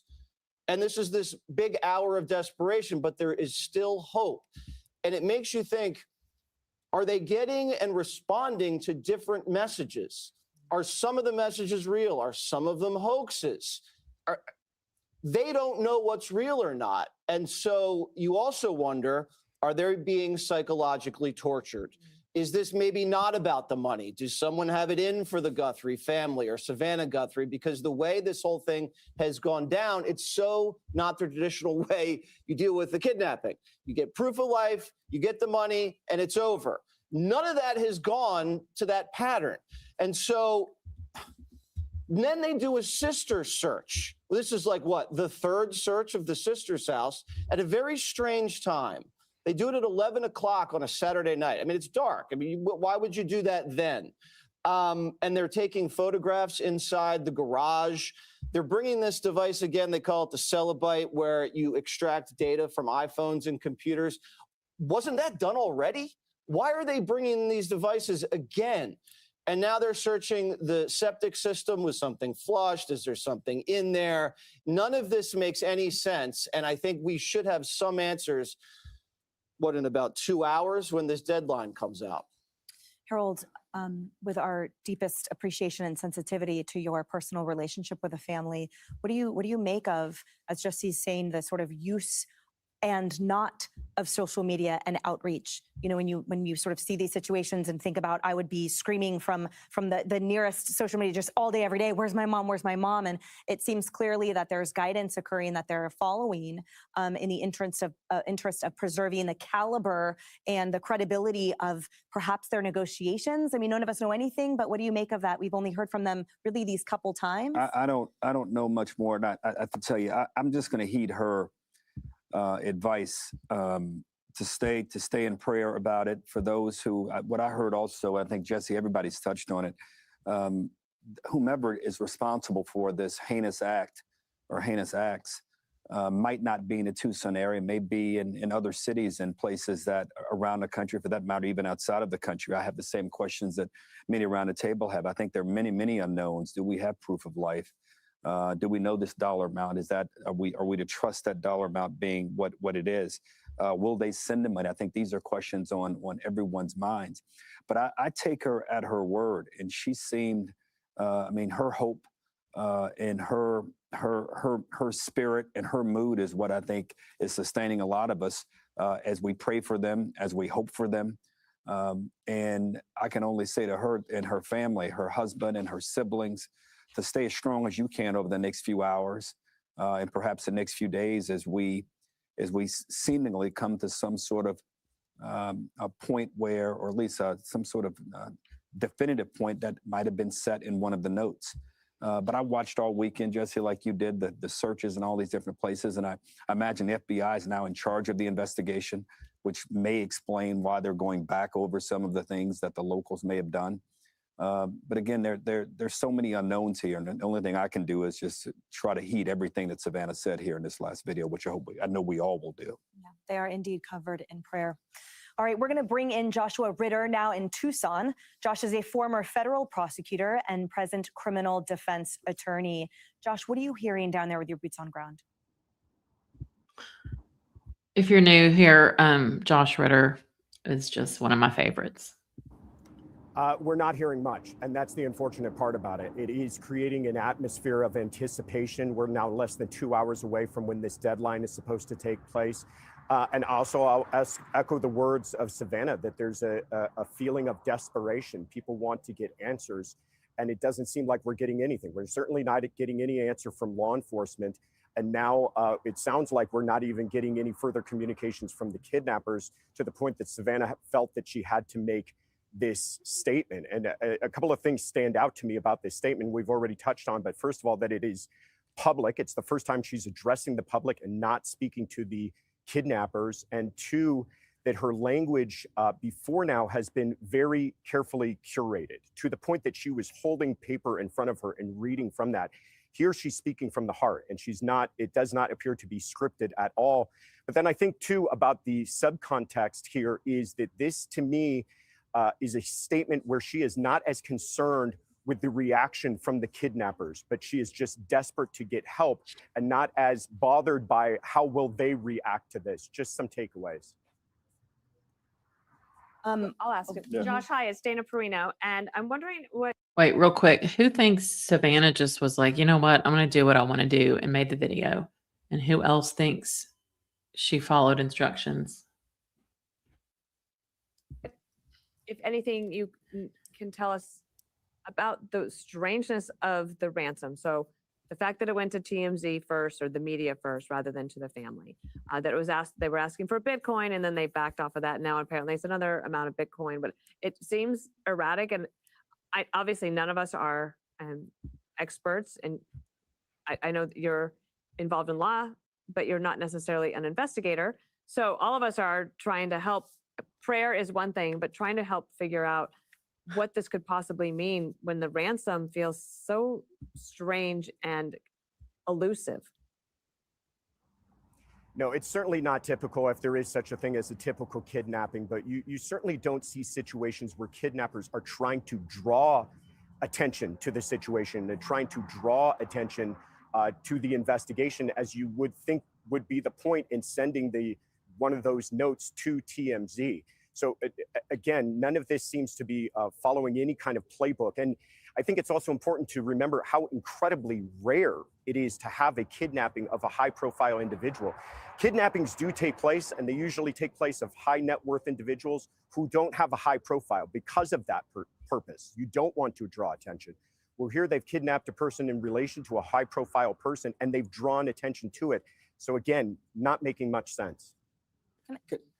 Can I, Mr. Ritter, can I ask you a question? This is Harold Ford. My pal, Greg Gutfeld, raised something at the start here about when the sheriff early on said they had not ruled out anyone in this matter. And Greg mentioned at the start that maybe they should do polygraph tests. Do you know if have there been any tests like that done, or any questions like that asked of a family in light of some of the things we're seeing with regard to developments over the weekend with additional searches? We have not heard anything about polygraphs specifically, but we do know that all members of the family have been interviewed in at least more than once and that they have gone out to the sister's house, Annie Guthrie's home, more than once to conduct different types of searches. Oh, all have been interviewed more than once. I bet Annie was, Mommy. I'm telling y'all, they cracked her. I'll say too, it is true that law enforcement will say no one is ruled out at this point. It's too early, and they're going to look at everyone to try to see if they cannot rule them out through the course of their investigation. And if they're doing that, then I imagine that they're watching everyone closely, including their digital devices. Who are they communicating with? So that could have been taking place as early as last Sunday. And still, we're at a point where they're saying they have no suspects or even persons of interest. Josh, can I ask for you to describe the tenor? You've covered so many investigations and cases like this, and obviously each one is unique. Some are homicides, and now this is obviously a kidnapping and alleged ransom. But what are you feeling there? What are you seeing? Is there a lot of communication between law enforcement? Are sources plentiful? If you could sort of describe your experience as it's developing there. It's a chilling silence, and that is, I think, what's making everyone most concerned. It was encouraging over the weekend when there was kind of this flurry of activity, when you had law enforcement returning to Nancy's home and they were gathering more evidence. We even saw them as early as yesterday, lifting manhole covers and trying to search there. And at least you see activity. When you see no activity and you're simply waiting, and now we're waiting, like I said, with less than 2 hours until this deadline, and we're hearing nothing and seeing no further activity from law enforcement, it's making everyone very anxious. Josh, it's Jesse. So what's the protocol? If you've gotten no proof of life and the deadline's in an hour and a half, do you pay? What does the FBI tell you to do? I don't know if there's, again, a playbook on all of that. It's interesting on proof of life, too, is that we know that they've received no video or photographs. But proof of life can come in other forms through information. So they could be sharing information that would be only known by Nancy Guthrie or the family members to show that they do, in fact, have her. But the last that we heard from the FBI is that they've received no proof of life, whatever they mean by that term. But as far as whether or not you just pay the ransom and hope for the best, I think that's a decision that would be made by the family on whether or not they want to take that chance. Hey, Josh, we keep saying paying the ransom. Is there any kind of specifics on how that would have been accomplished, given the fact that it is now the so-called kidnappers made this globally known?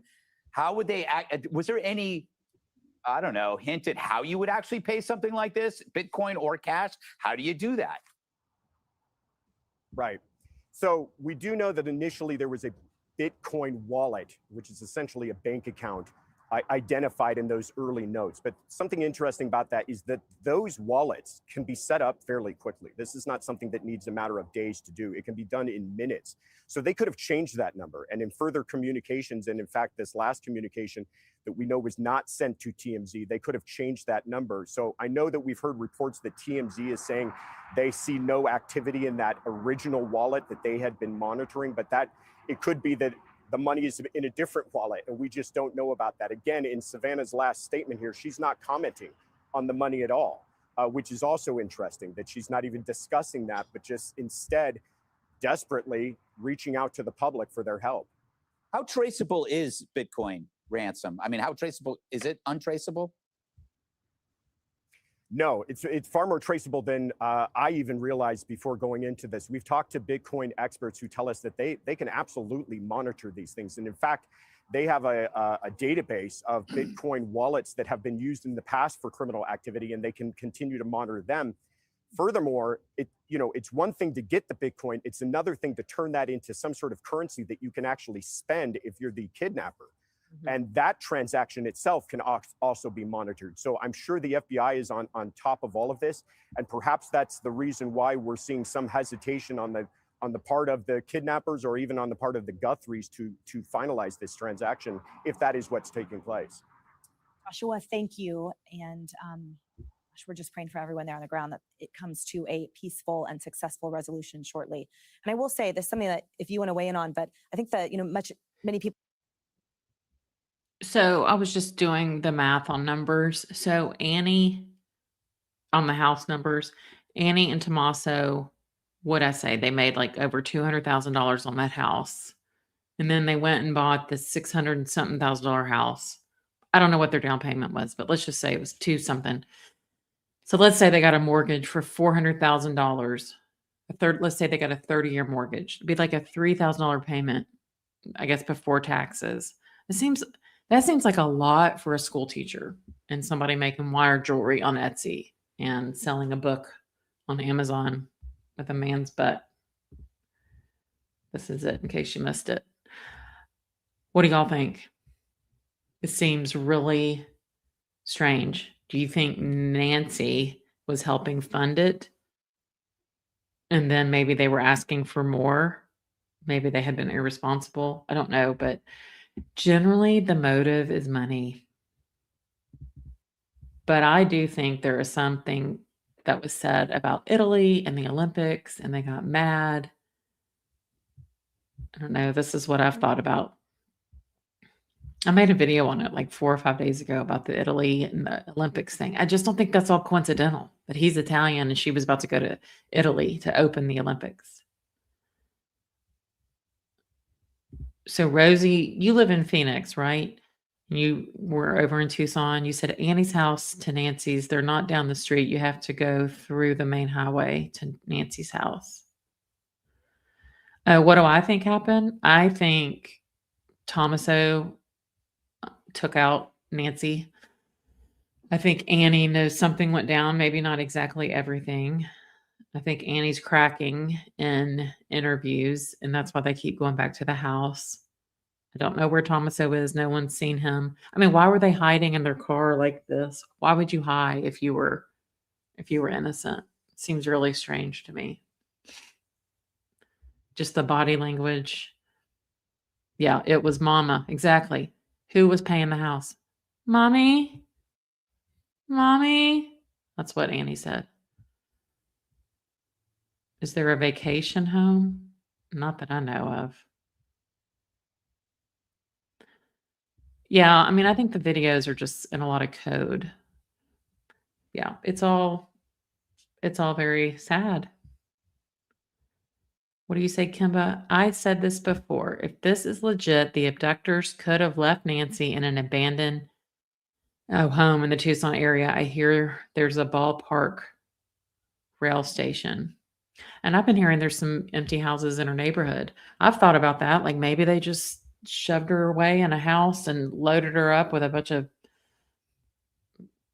stuff, but I don't know. But then the blood on the front porch throws me off too. That looks like a bloody nose to me. I mean, I do get bloody noses if you like sneeze and get one, it's kind of what it looks like. So is that the only place the blood was? Do we know? We just don't know. I hate it. Maybe she was taken hostage by someone selling solar panels. Yeah. True crime wifey, I agree. Savannah's brother Cameron looked pissed to me in the second video. Like he was holding back, about to explode on someone. Maybe Annie, I don't know, but she's very dark and self-proclaimed witch. I agree. But she's already taken down her Etsy. Wouldn't that have been interesting what all was on there? So something else I was thinking about. So if I'm Savannah and I'm worth 40 million and I'm doing these multi-million-dollar media contracts and I have a sibling that, I'm happy, love my sibling. I would be like, you know what? Let me buy you a house. Let me just buy you a house. So I think that's interesting. I mean, we don't know. Maybe she bought it. I don't know. So that tells me maybe the relationship's a little strained. Anybody have thoughts on that? I mean, I would totally buy my brother a house. But oh, Evan, you said they had already moved and that was staged. Bars and windows in Tucson's mean not a desirable area. Do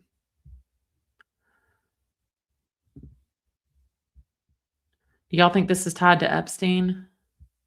Lord, that's going to go way over my head with all that. Everyone nailed Amber Heard, literally. Bitcoin can be converted to private coin and be untraceable in 20 seconds. But Sean, doesn't it have to, I mean, eventually it has to go to a bank account so someone can cash it out, right? I mean, eventually it's traceable. Oh, Annie is the oldest? I thought Cameron was the oldest. Oh, my brand of my glasses, these are readers. I wear contact lenses. They're Peepers, Peepers. And they really should sponsor me because I could sell them for them. They're my favorite brand. I like big reading glasses. People will come on and leave nasty comments and say I look like an idiot in them. I really don't care. I like a big reading glass. But yeah, Peepers, I think they're like $28. Sometimes they'll have sales on their website. You can buy them sometimes like in gift shops, but they're really cute. But I'm happy y'all are all here. So if you're new to the channel, I would love it if you subscribed. If you've ever watched the Dan Markel case and all the different trials, that's what we're known for. That is why members have little food trucks. But we'd love to take you down the rabbit hole on that one. And it's interesting that Annie's the oldest. Steve, you need someone? Okay. Kemba, I can't imagine police force making someone another video to plead for the public. Plus, she's got full makeup on. She doesn't look like she's cried, and she's just nonchalant like lunch. Where? I don't know. I mean, who knows? You're medicated. Maybe she finally got a good night of sleep. I mean, she looked like she definitely was a little more rested, and she had some lipstick. But Steve, you have sat quietly on a park bench. Anne Moretti, wake up. Organ donor thefts. They got paid already. No ransom at all. Listen, I don't think somebody wants an 84-year-old's organs. I'm just saying. Sherry, you think Savannah helped too? Oh, with that house. I am sure Savannah bought them their house. It'd be interesting to know. I know that like in Tennessee, we can see how much a house is mortgaged for. Does anybody know a realtor in Arizona? Because they can tell you that. Kemba says, if my mother was missing for 9 days, think about that. 24 hours a day, 9 days. I would be out there myself, sniffing the ground, tracking her down. I think they've been concerned about Savannah's safety. They've had NBC's hired her bodyguards. Follow the money. It's always the money. Always the money. Donnie says, saw FBI earlier today going over Annie's house this morning. I didn't know they were there today. Yeah, there's no proof of life. I agree. I'm telling y'all, I don't think Nancy was alive leaving her home. She's out of shock, Dawn. It could be. Yeah, Thomas O. I think so. And I think these videos are all staged because somebody else is working in cahoots with him and they're trying to figure out the whole network of people trying to get money. And I don't think it was coincidence Cash Patel was in Tucson. Is there any footage of that? Does anybody know? Kira's mom, we've been led to believe the initial crime occurred at 2 Sunday morning. It could have occurred when she was dropped off at home and the assailants returned at 2 to clean up and take care of the situation. It's an excellent point. It's a great point. And isn't the driveway gravel and there were no tread marks? Very weird.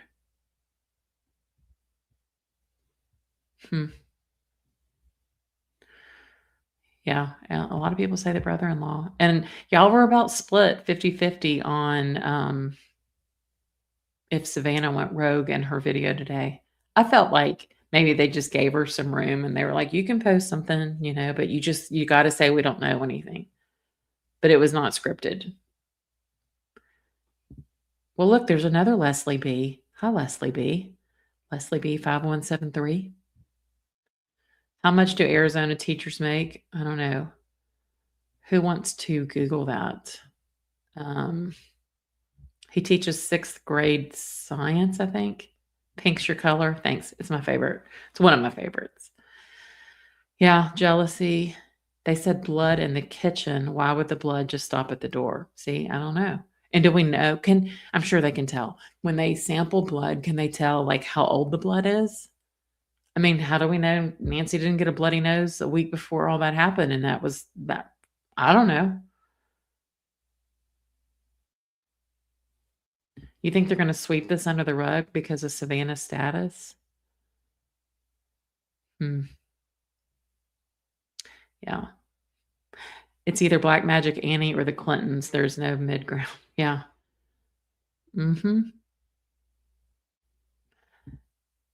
ED Music Entertainment. Manure decomposes bodies quickly, according to past cases, which explains the septic tank search. Yeah, I mean, they were just putting those big, long poles down there and kind of stirring it around. Yeah, Tommaso, I'm telling y'all, when I saw his picture, it just made my skin crawl. They also said there was blood in the home. I wish they would tell us how much. Do you think we will see the ransom notes in full? Maybe way down the road.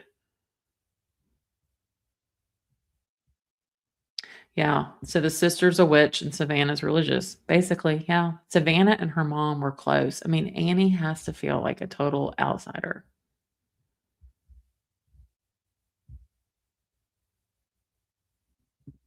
Why she left in that size of the home? I mean, they said she had her brains, like she's very with it. I mean, y'all, elderly people are really independent. I work with that population, and 84, they just don't consider themselves old, and a lot of them live alone. I agree. But she had help coming in, I mean, to do the yard and the pool and all that, housekeeping. Christina, I know you would. In a heartbeat, I'd buy everyone in the house, everyone in the chat a house. Yeah, it's okay if people make jokes. Just no one attack each other. Okay, now Nelsie says Cameron's the oldest. I thought that I read that he was 61 and the oldest. Okay. Roffin, Cameron Guthrie is the elder brother of Savannah Guthrie, while Annie Guthrie is the eldest of the three siblings. Yeah, platform. I mean, oh, thanks, Donnie. Oh, I don't look like an idiot. People are funny on the internet. You just have to laugh. And y'all please subscribe. Yeah, we have a good chat. We have a good group here. We're all here I like to hear other people's opinions and have an open mind. It's all good. We are known for being great detectives here. Oh, that's nice. If I dropped 35 pounds, I'd be pretty. That's so nice. Thank you. Thanks. Fucker. Y'all can block them. Thank you. Jane Markell. I didn't say anything. I don't know who that is. Yeah, I don't know where she is. I don't think she's living. If it were cartel, I don't think it's anything to do with the cartel. Yeah, nobody wants an 84-year-old's organs. Oh, murder, you said, hold up. That video is them all huddled around a phone propped on a table. I think they're doing that on purpose. A lot of the news anchors were saying the first night they made the video that the FBI walked in with like a ring, like a halo light and a tripod. And you'll notice the background is always a very like blank space, like it's white. I think everything is very, very thought out.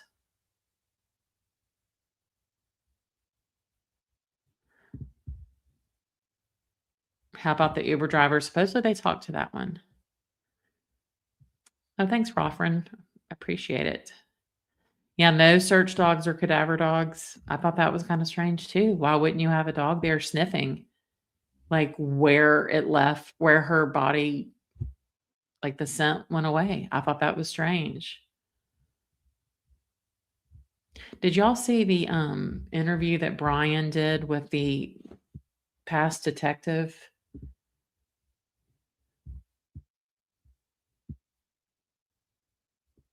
Oh, thanks. Yeah. Sorry. I always say I won't cuss on my channel, and then, you know, whatever. Yeah. I think I look pretty good for 51. All right.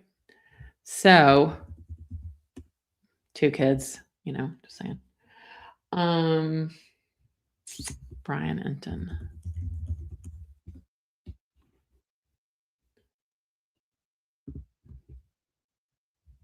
I thought this was pretty good with this detective.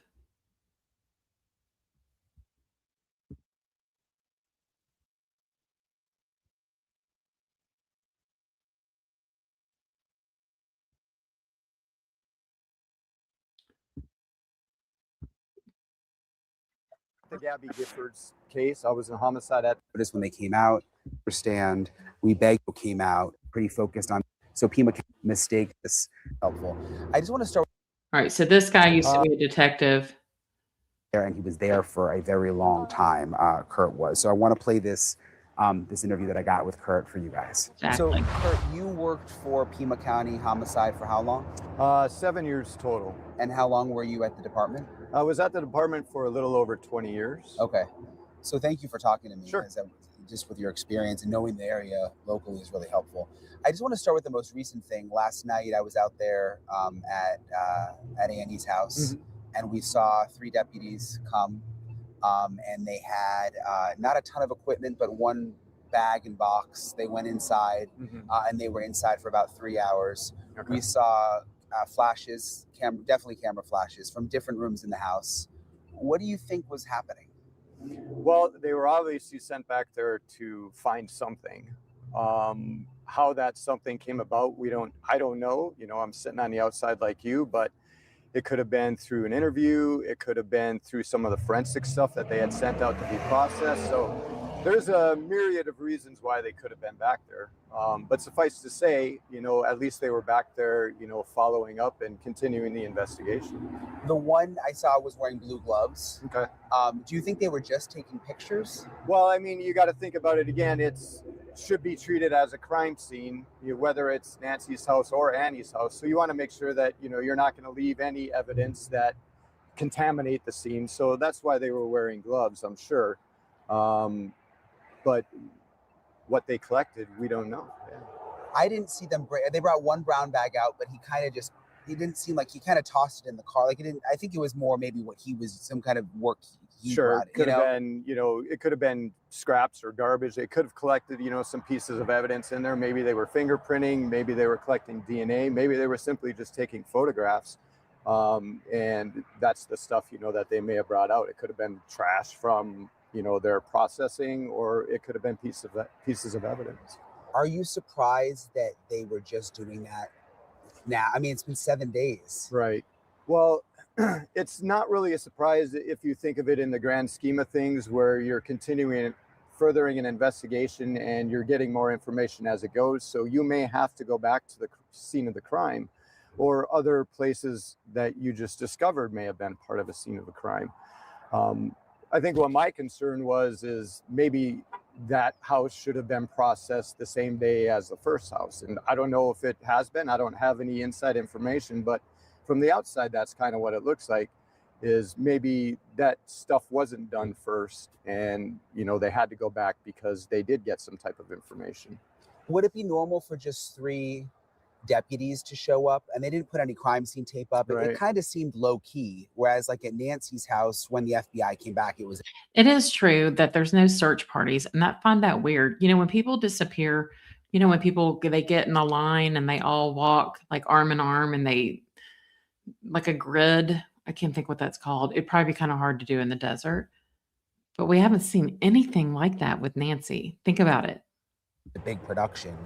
What does that say? Well, it doesn't say a whole heck of a lot. You know, it could be those 3 detectives were tasked at a briefing, which they should be having multiple times a day, or at least once a day, daily, because you're getting new information in. So it could have been simple as, you know, a sergeant or a lieutenant or a captain saying, hey, we need to go back to the house and get this. Let's keep it low key. We don't want cause a lot of trouble in the neighborhood. There's already enough ruckus going on, you know, at the other scene. So maybe that's what it was, just to go in low key. Great question. Organic Veil Radio. The person that took Nancy home, which, the sheriff has said multiple different people, did they mention what time they returned home to Annie's house? I never heard that. So that's a great point. And not make a big disturbance. Is the timing strange that they went at night? No, because you got to go when you find the information. So maybe it was something they just discovered yesterday in the afternoon. They had to have a briefing and formulate a plan, a course of action, and then they went back. So that stuff could happen at any point in time. You saw the latest message from Savannah? I saw the message last night. Yeah. What do you make of it? Well, again, being from the outside, but using my training and experience, thinking back on the numbers of homicides that I've investigated, I don't think it's going to have a positive outcome, of Nancy being returned alive. I think it was more of, this is just a guess, thinking it was more of, hey, we intended to bring her back to you. Unfortunately, circumstances happened, but we still need to get paid, and we'll return, her remains to you, or let you know where they are for X amount of money. But that's just me. That's just my feeling on what I saw last night. I'm praying and have been praying that, she is returned whole and healthy. But last night's video from Miss Guthrie, scared, caused me some concern about that happening. It's so unusual that we have the video coming out, but then also the search at Annie's house. Yep. And could there be multiple theories that they're working at the same time?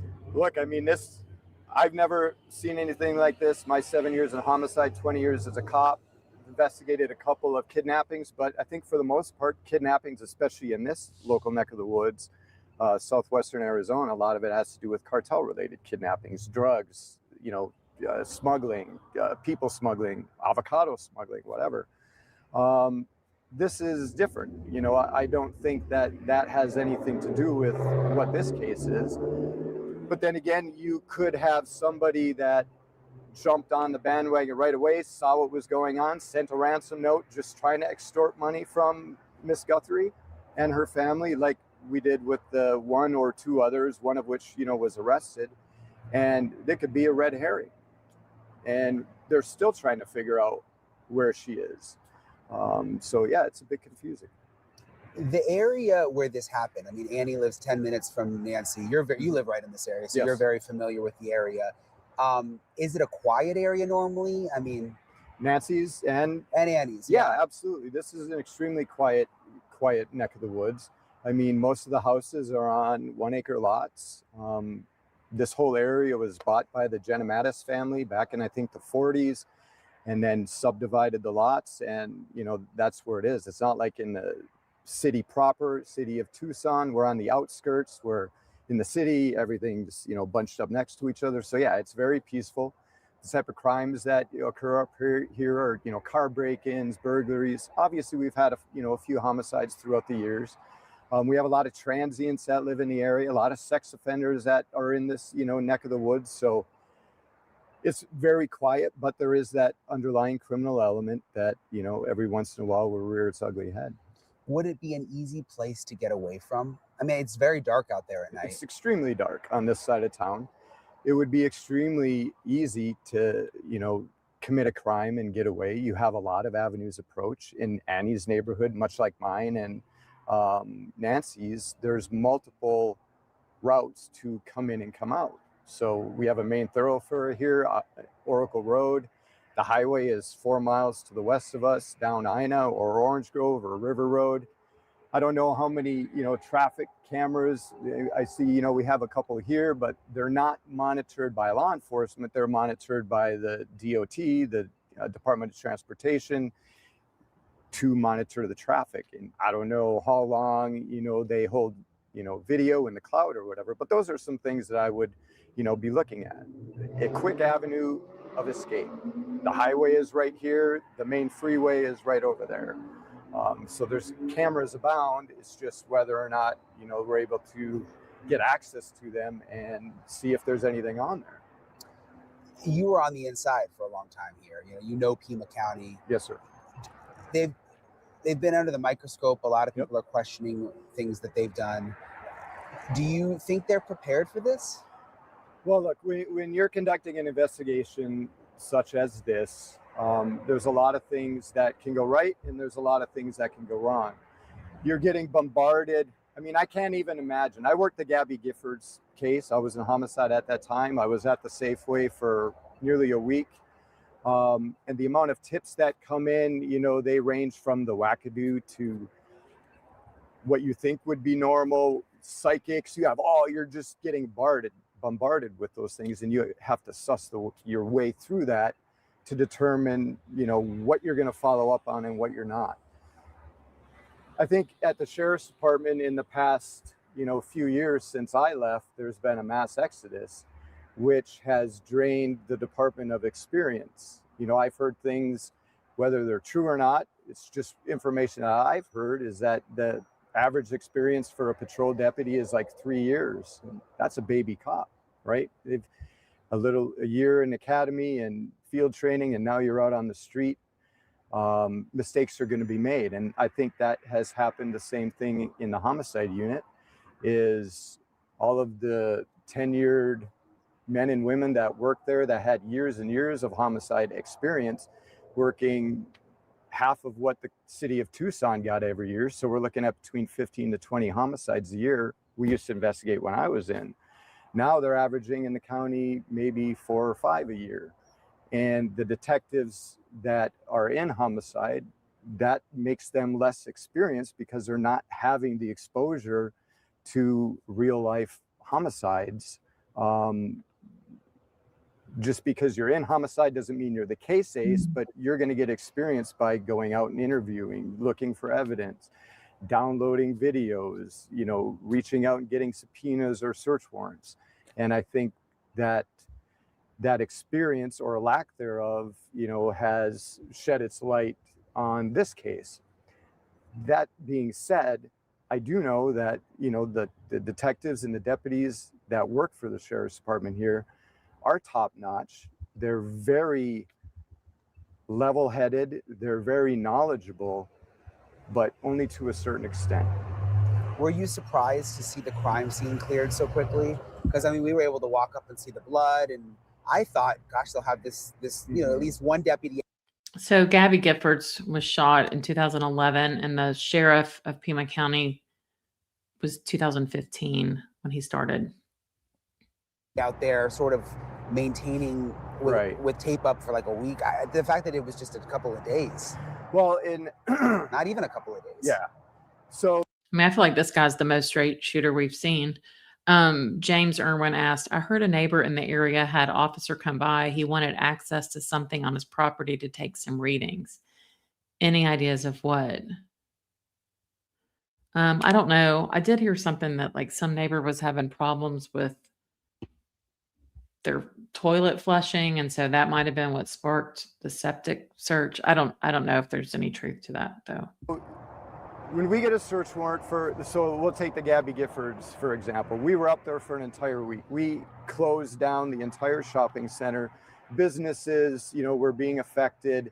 And as the week went on, businesses started coming back and they started opening up. So you want to work from the outside and close down the scene until you get to the scene proper. And then, you're going to stay there for a while. And that's what we did up there. With Nancy's, I don't know how long they had, control of the scene. I do know that they relinquished the scene and turned it back over to the family. It's not out of the ordinary, but I think that there were some things that were left at that scene based on what I've noticed on TV. Nancy's car wasn't towed till a couple of days ago. A couple of days ago, the FBI and the Sheriff's Department were back out there. They were on the roof and they allegedly, got a camera and a couple of floodlights that may or may not have had cameras. So those are things that I know I would have been done and my team would have taken care of. So if you're going to relinquish a crime scene within, that short of Organic Veil Radio, you said you find it odd that the 84-year-old went through the garage and she didn't drive. Also, Nancy took an Uber to Annie's, but they drove her home. So I think it's common to go through the garage. Remember how dark it is out there? And so when they got home and it was 9 something, it was pitch black. So probably opens her garage door with a code or whatever, and then just goes in the house. Probably doesn't have any steps. That's my guess. I don't think it's that weird.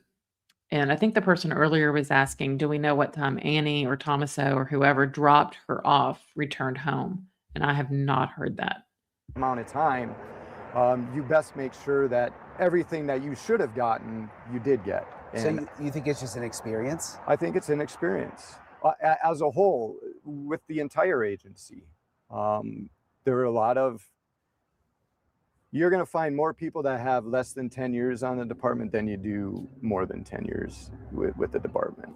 So your gut, having done this for a long time, where do you think this goes next? Well, you've got two different things going on, right? You have this ransom note and what I believe is, a plea to get the remains of Nancy back. And then you still got to figure out who the hell did this. Obviously, you have to start at the beginning with the victim. You have to, this is one of the things that, I learned is you as an investigator, you take on, this information. You're learning about people's patterns of life. So you're learning about the good about them. You're learning about the bad about them. And I'm not saying there was anything bad about, the victim or any of the suspects or anything, but these are things that you have to take into account. And you really have to get to know patterns of life. Where do they live? Where do they work? Do they go to church? Do they go to church in person? Do they go online? Who do they go to dinner with? Who are their friends? Who do they call in the middle of the night? Who do they talk to when they're having problems? These are all things that initially and should continuously be done throughout the investigation. And I think, there's been a lot of talk about looking at, Annie and Tommaso. Well, that's a normal thing that you have to do because their family, they're closest to. From what the sheriff said in the first interview, Tommaso was the individual that dropped her off. And a couple of days later, he changed verbiage and said family members. Well, I mean, take that for what it is. It could have been a miscommunication during the initial press conference that he held. And then he got, different information later. So, but I just think that, I'm not going to say the ball was dropped because they've done an amazing job. They've garnered a lot of information. And again, with the help of, the media, I think mistakes were made, but they're not overcomable. It's just they're having to go back. And again, that's not that big of a thing either, because like I said earlier, as the investigation progresses, you're going to get more information and you may have to go back to the scene. Do you think that they're having people take lie detector tests? I was thinking about that this morning. Is that a tool they would use? So I worked at the agency for a little over 20 years. It's 7 years in homicide, 2 different stints, 1 3 years and 1 4 years. Out of all the homicide investigations that I've been a part of, I myself have never had anybody successfully even take a polygraph. There's not a lot of polygraph readers out there or administrators out there. It's not utilized in court. I think of it as like a preliminary breath test during a DUI investigation. Yeah. It's going to give you maybe reasonable suspicion and may give you, an avenue to go after because you're getting more information. But as far as I know, I don't think anything's been released about any polygraphs being administered. And I think with the FBI being, on board and conducting a parallel investigation, if you will, we know they have a lot of access to polygraph administrators and things like that. So it may not be beyond a reason of a doubt that it has been done, but I don't know. How sophisticated is this kidnapping? You think about Bitcoin.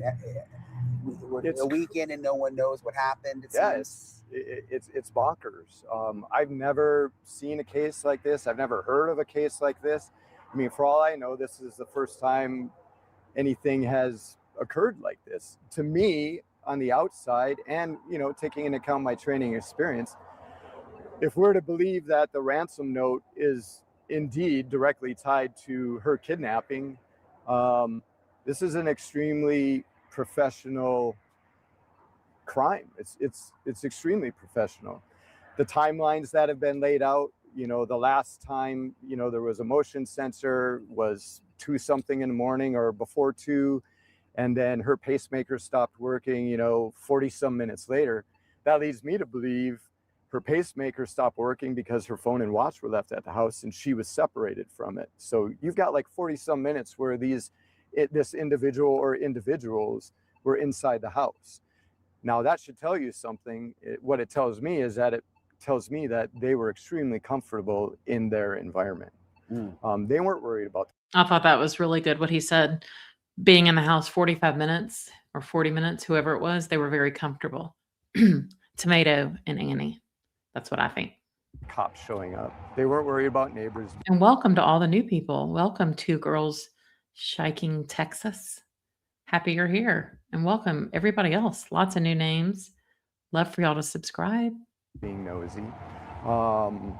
So yeah, it's a extremely complicated case, and I think one that is going to be commented on for years to come. I mean, I don't think there's a book written for this type of case. We always say when you have kids, you're trying to be the best parent, but there's no book for it. And I think that's the same thing in this case. And I don't know how the FBI feels. I haven't. This guy is a retired homicide detective from Tucson. Spoken to any of my FBI friends or what have you, but yeah, this is an extremely complex case. And just back to Annie's, again, we saw them last night going in with the pictures inside, and we've had camera people out there pretty much around the clock. We haven't seen them search the outside of the house. Is that surprising to you?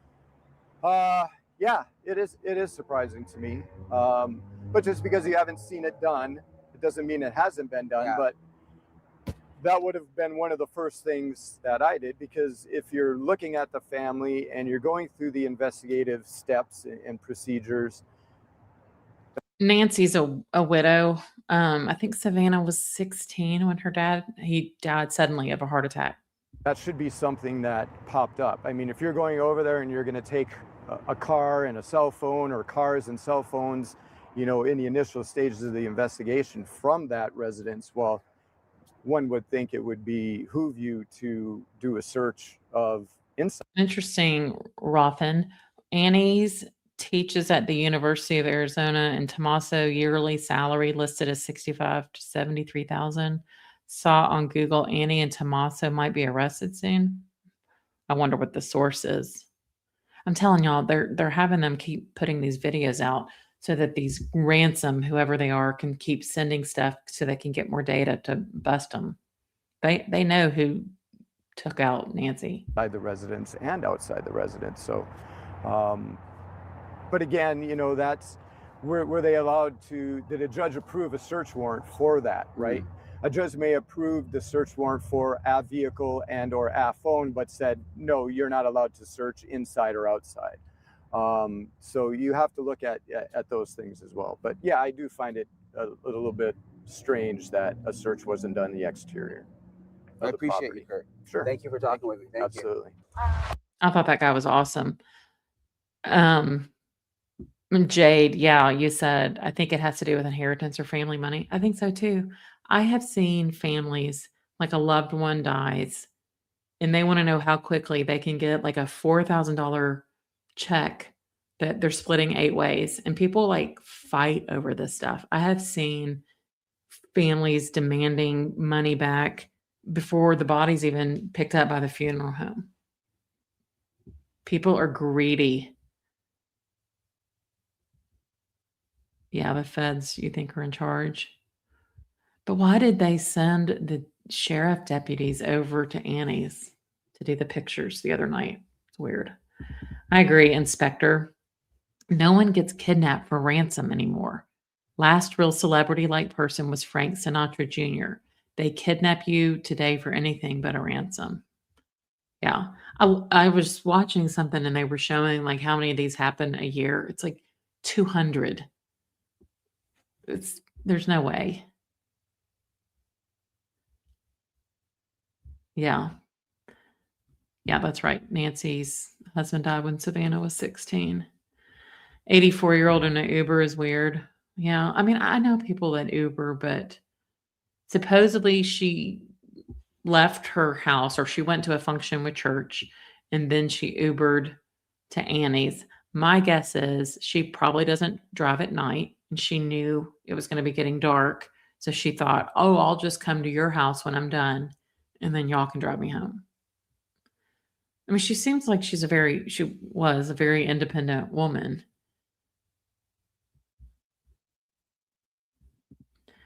Anne asks, do they have any family in Sicily? I don't know. Wait, all of Nancy's bedding was gone? I haven't heard that.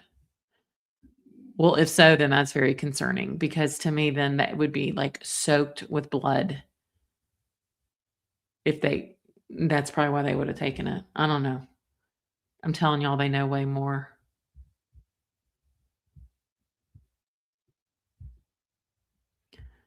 There was something else I was going to show y'all. I can't think of what it was.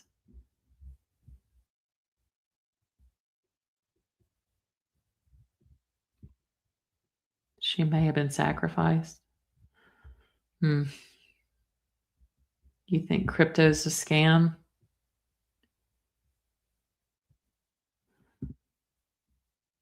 Yeah, I mean, I think Savannah's current husband was like the right-hand guy to the Clintons. I think I read that. Yeah, I mean, we don't know. It's just, it's evil, evil, evil. The Organic Veil Radio. I used to live in Tucson. Coyotes, wild boar, tarantulas, scorpions, and wild gerbils. No thanks. I've only been to Tucson once, and I was 18, so I really don't have much memory of it. I like Phoenix. I think Phoenix is neat. Who was the gentleman speaking? Yeah, he was a retired Tucson detective guy. Well, guys, the Anna Maria Island. I wanted to read that. That place is beautiful. Oh, I'm going to have to look up that case that somebody was murdered in Anna Maria Island the night that Obama was elected and buried in the sand, and they were stumped for years. That's frightening. I heard they found the son-in-law's chat history that someone texted him asking him if a Bitcoin transaction had gone through yet. They didn't give the date of that text message. I mean, I'm pretty sure if that was like really happened, we would have seen a big news alert, but hey, you never know. Has Ashley Banfield said anything else? Oh, here's the Anna Maria Island. It is so pretty there. I mean, it looks like Caribbean. Boyfriend killed a girlfriend, buried her in sand 50 yards away near the beach. Had authorities stumped for years until he confessed. I'm going to have to check that out. Yeah, the pacemaker disconnected from the phone. Brett, you said, I also think that if she took an Uber to the family home, which is 10 minutes away, but son-in-law drove her home after, that potentially the family set it up on who that driver was. But she got the Uber from church, I think. I don't know. They've also been crappy with the timeline, because originally they said somebody from church said, oh, we're worried she didn't show up. And now the sheriff's like, no, that wasn't the case. Very weird. And I would have thought Savannah would have had on her phone the pacemaker thing. I mean, I know my friends whose parents are diabetic and they have those reader, whatever, those pens you have on your arm. They get all these messages all the time about their parents' stuff. Denali, could they offer, if they are stuck and don't know who it is, the ability to release Nancy without any future charges? I mean, I guess, but I don't know why you would do that. Yeah, Elaine, welcome. I saw you're new. Happy you're here. Sadly, I doubt she is alive. People say not to lose hope comparing the Elizabeth Smart case, but she was young, fit, and healthy. I know. I remember that Elizabeth Smart case. I thought they will never find her, and they did. I mean, that is a stoic woman. And, they blamed her father. People suspected him for a long time. I remember thinking, these people are weird, but it's just different. Yeah, you don't hear much about polygraphs anymore. Polygraphs are not accurate if a person knows how to stay calm or they are used to lying. They will pass. I know a couple of people who lied and passed. Yeah. Oh, yeah. I love to feature comments and read everybody's. You're welcome, Susan. Are you talking to me? Get a job? I have a job, a killer one. Thank you. Yeah. This guy, yeah, he was really good. He was very interesting. But y'all should follow Brian. He does some great reporting. I enjoy him. He doesn't get all like dramatic, he just kind of boots on the ground. Brett, this will be written right up there alongside Delphi Murders based out of Indiana. Yeah. Oh, Sherry, tell me about SDS. I was going to watch it. A criminologist and retired detective as guests. It was really good. Go watch it. Gives you perspective about what law enforcement and FBI are doing. I will do that. Mike, thank you for subbing. Sub-a-dub-dub. Appreciate it. Well, I appreciate y'all. Brett, could the brother-in-law done this if he is responsible to get access to her will? I mean, anything's possible. People do a lot for money and just greed. Look at the Adelsons. Greed. Donna wanted those boys. Yeah. Then I go right here to Jennifer's comment. There can't be any other motive other than greed. That's right. What do we covet? We covet what we see every day. Yeah. God, I will never forget the first time I saw Silence of the Lambs. I still get freaked out. Put the lotion in the basket.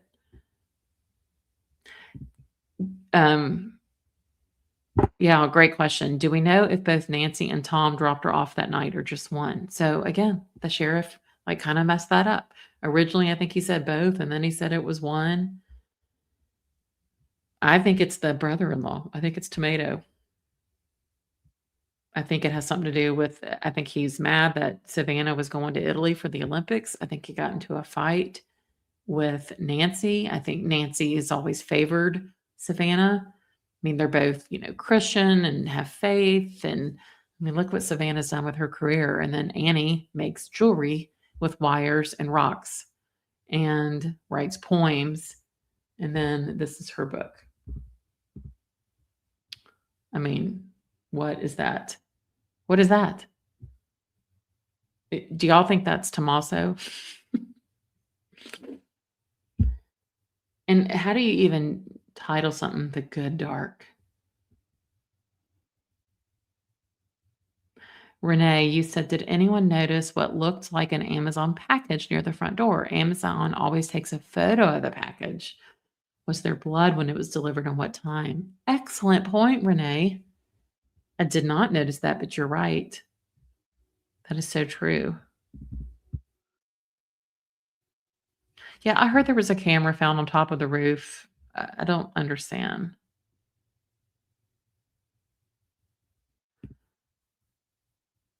Yeah, I'm glad you enjoyed. I'm glad y'all were here. Yeah, Elaine, I worked with the elderly in a nursing home where the only time the family show up to visit is when their relative dies. Yeah, I've seen a lot of that myself.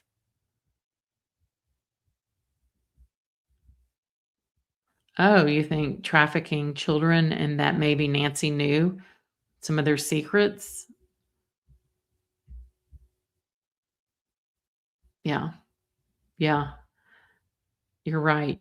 TJ is awesome. You have to be an idiot to try kidnapping and ransom with anyone, let alone a celebrity. Yeah. And no one's kidnapping an 84-year-old. I mean, y'all, it would be like, okay, did we have all the supplies we need? We got the ibuprofen and the pill planner and the cane and a wheelchair and the underbriefs. I mean, God, it would take 40 minutes to pack up.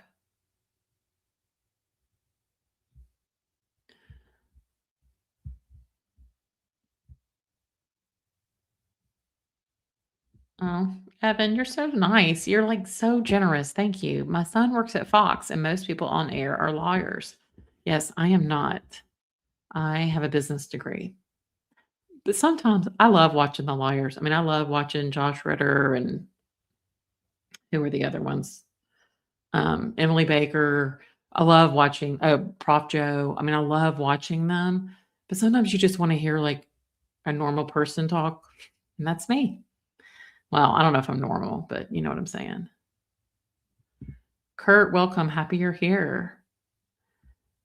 Yep, you're right. The family masks come off when people die. No doubt about it. We have seen it before in our family too.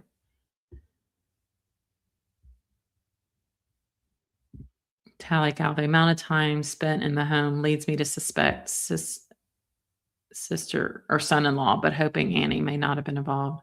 She has to know something though. Her body language, like the way she goes, Mommy, Mama, it's kind of like the lotion in the basket. All right, I'm going to wrap this up because I've got to go do some work on my computer for my real job, as someone said. That called me the C word. See you next Tuesday. Did they see if she rented a car or double check on an Uber? No, they vetted the Uber, was my understanding. I mean, you can track all that stuff down. You know what? Uber, they also can record conversations in the Uber. But she was on the way to dinner, so. Oh, Ashley Benfield posted a new video. Let's see. Thank you. Let me see. The only thing with Ashley, why does she always wear flannel shirts? And I met her in person at CrimeCon. She is so petite. She's tiny. Let's see.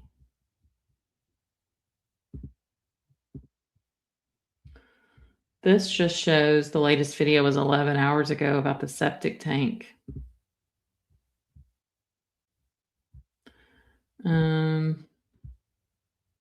No, I don't see anything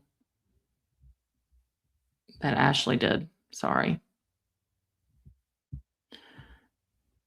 All right. Well, y'all will have to come back for another time. And thank y'all so much. I am Leslie B. And this is True Crime in a Minute, where I originally started out making shorts, the little videos on YouTube, and then it's just grown into this. So I'm happy y'all are here. And just remember, it's tomato. But we'll see what happens. Y'all have a great night. Thank you. Bye.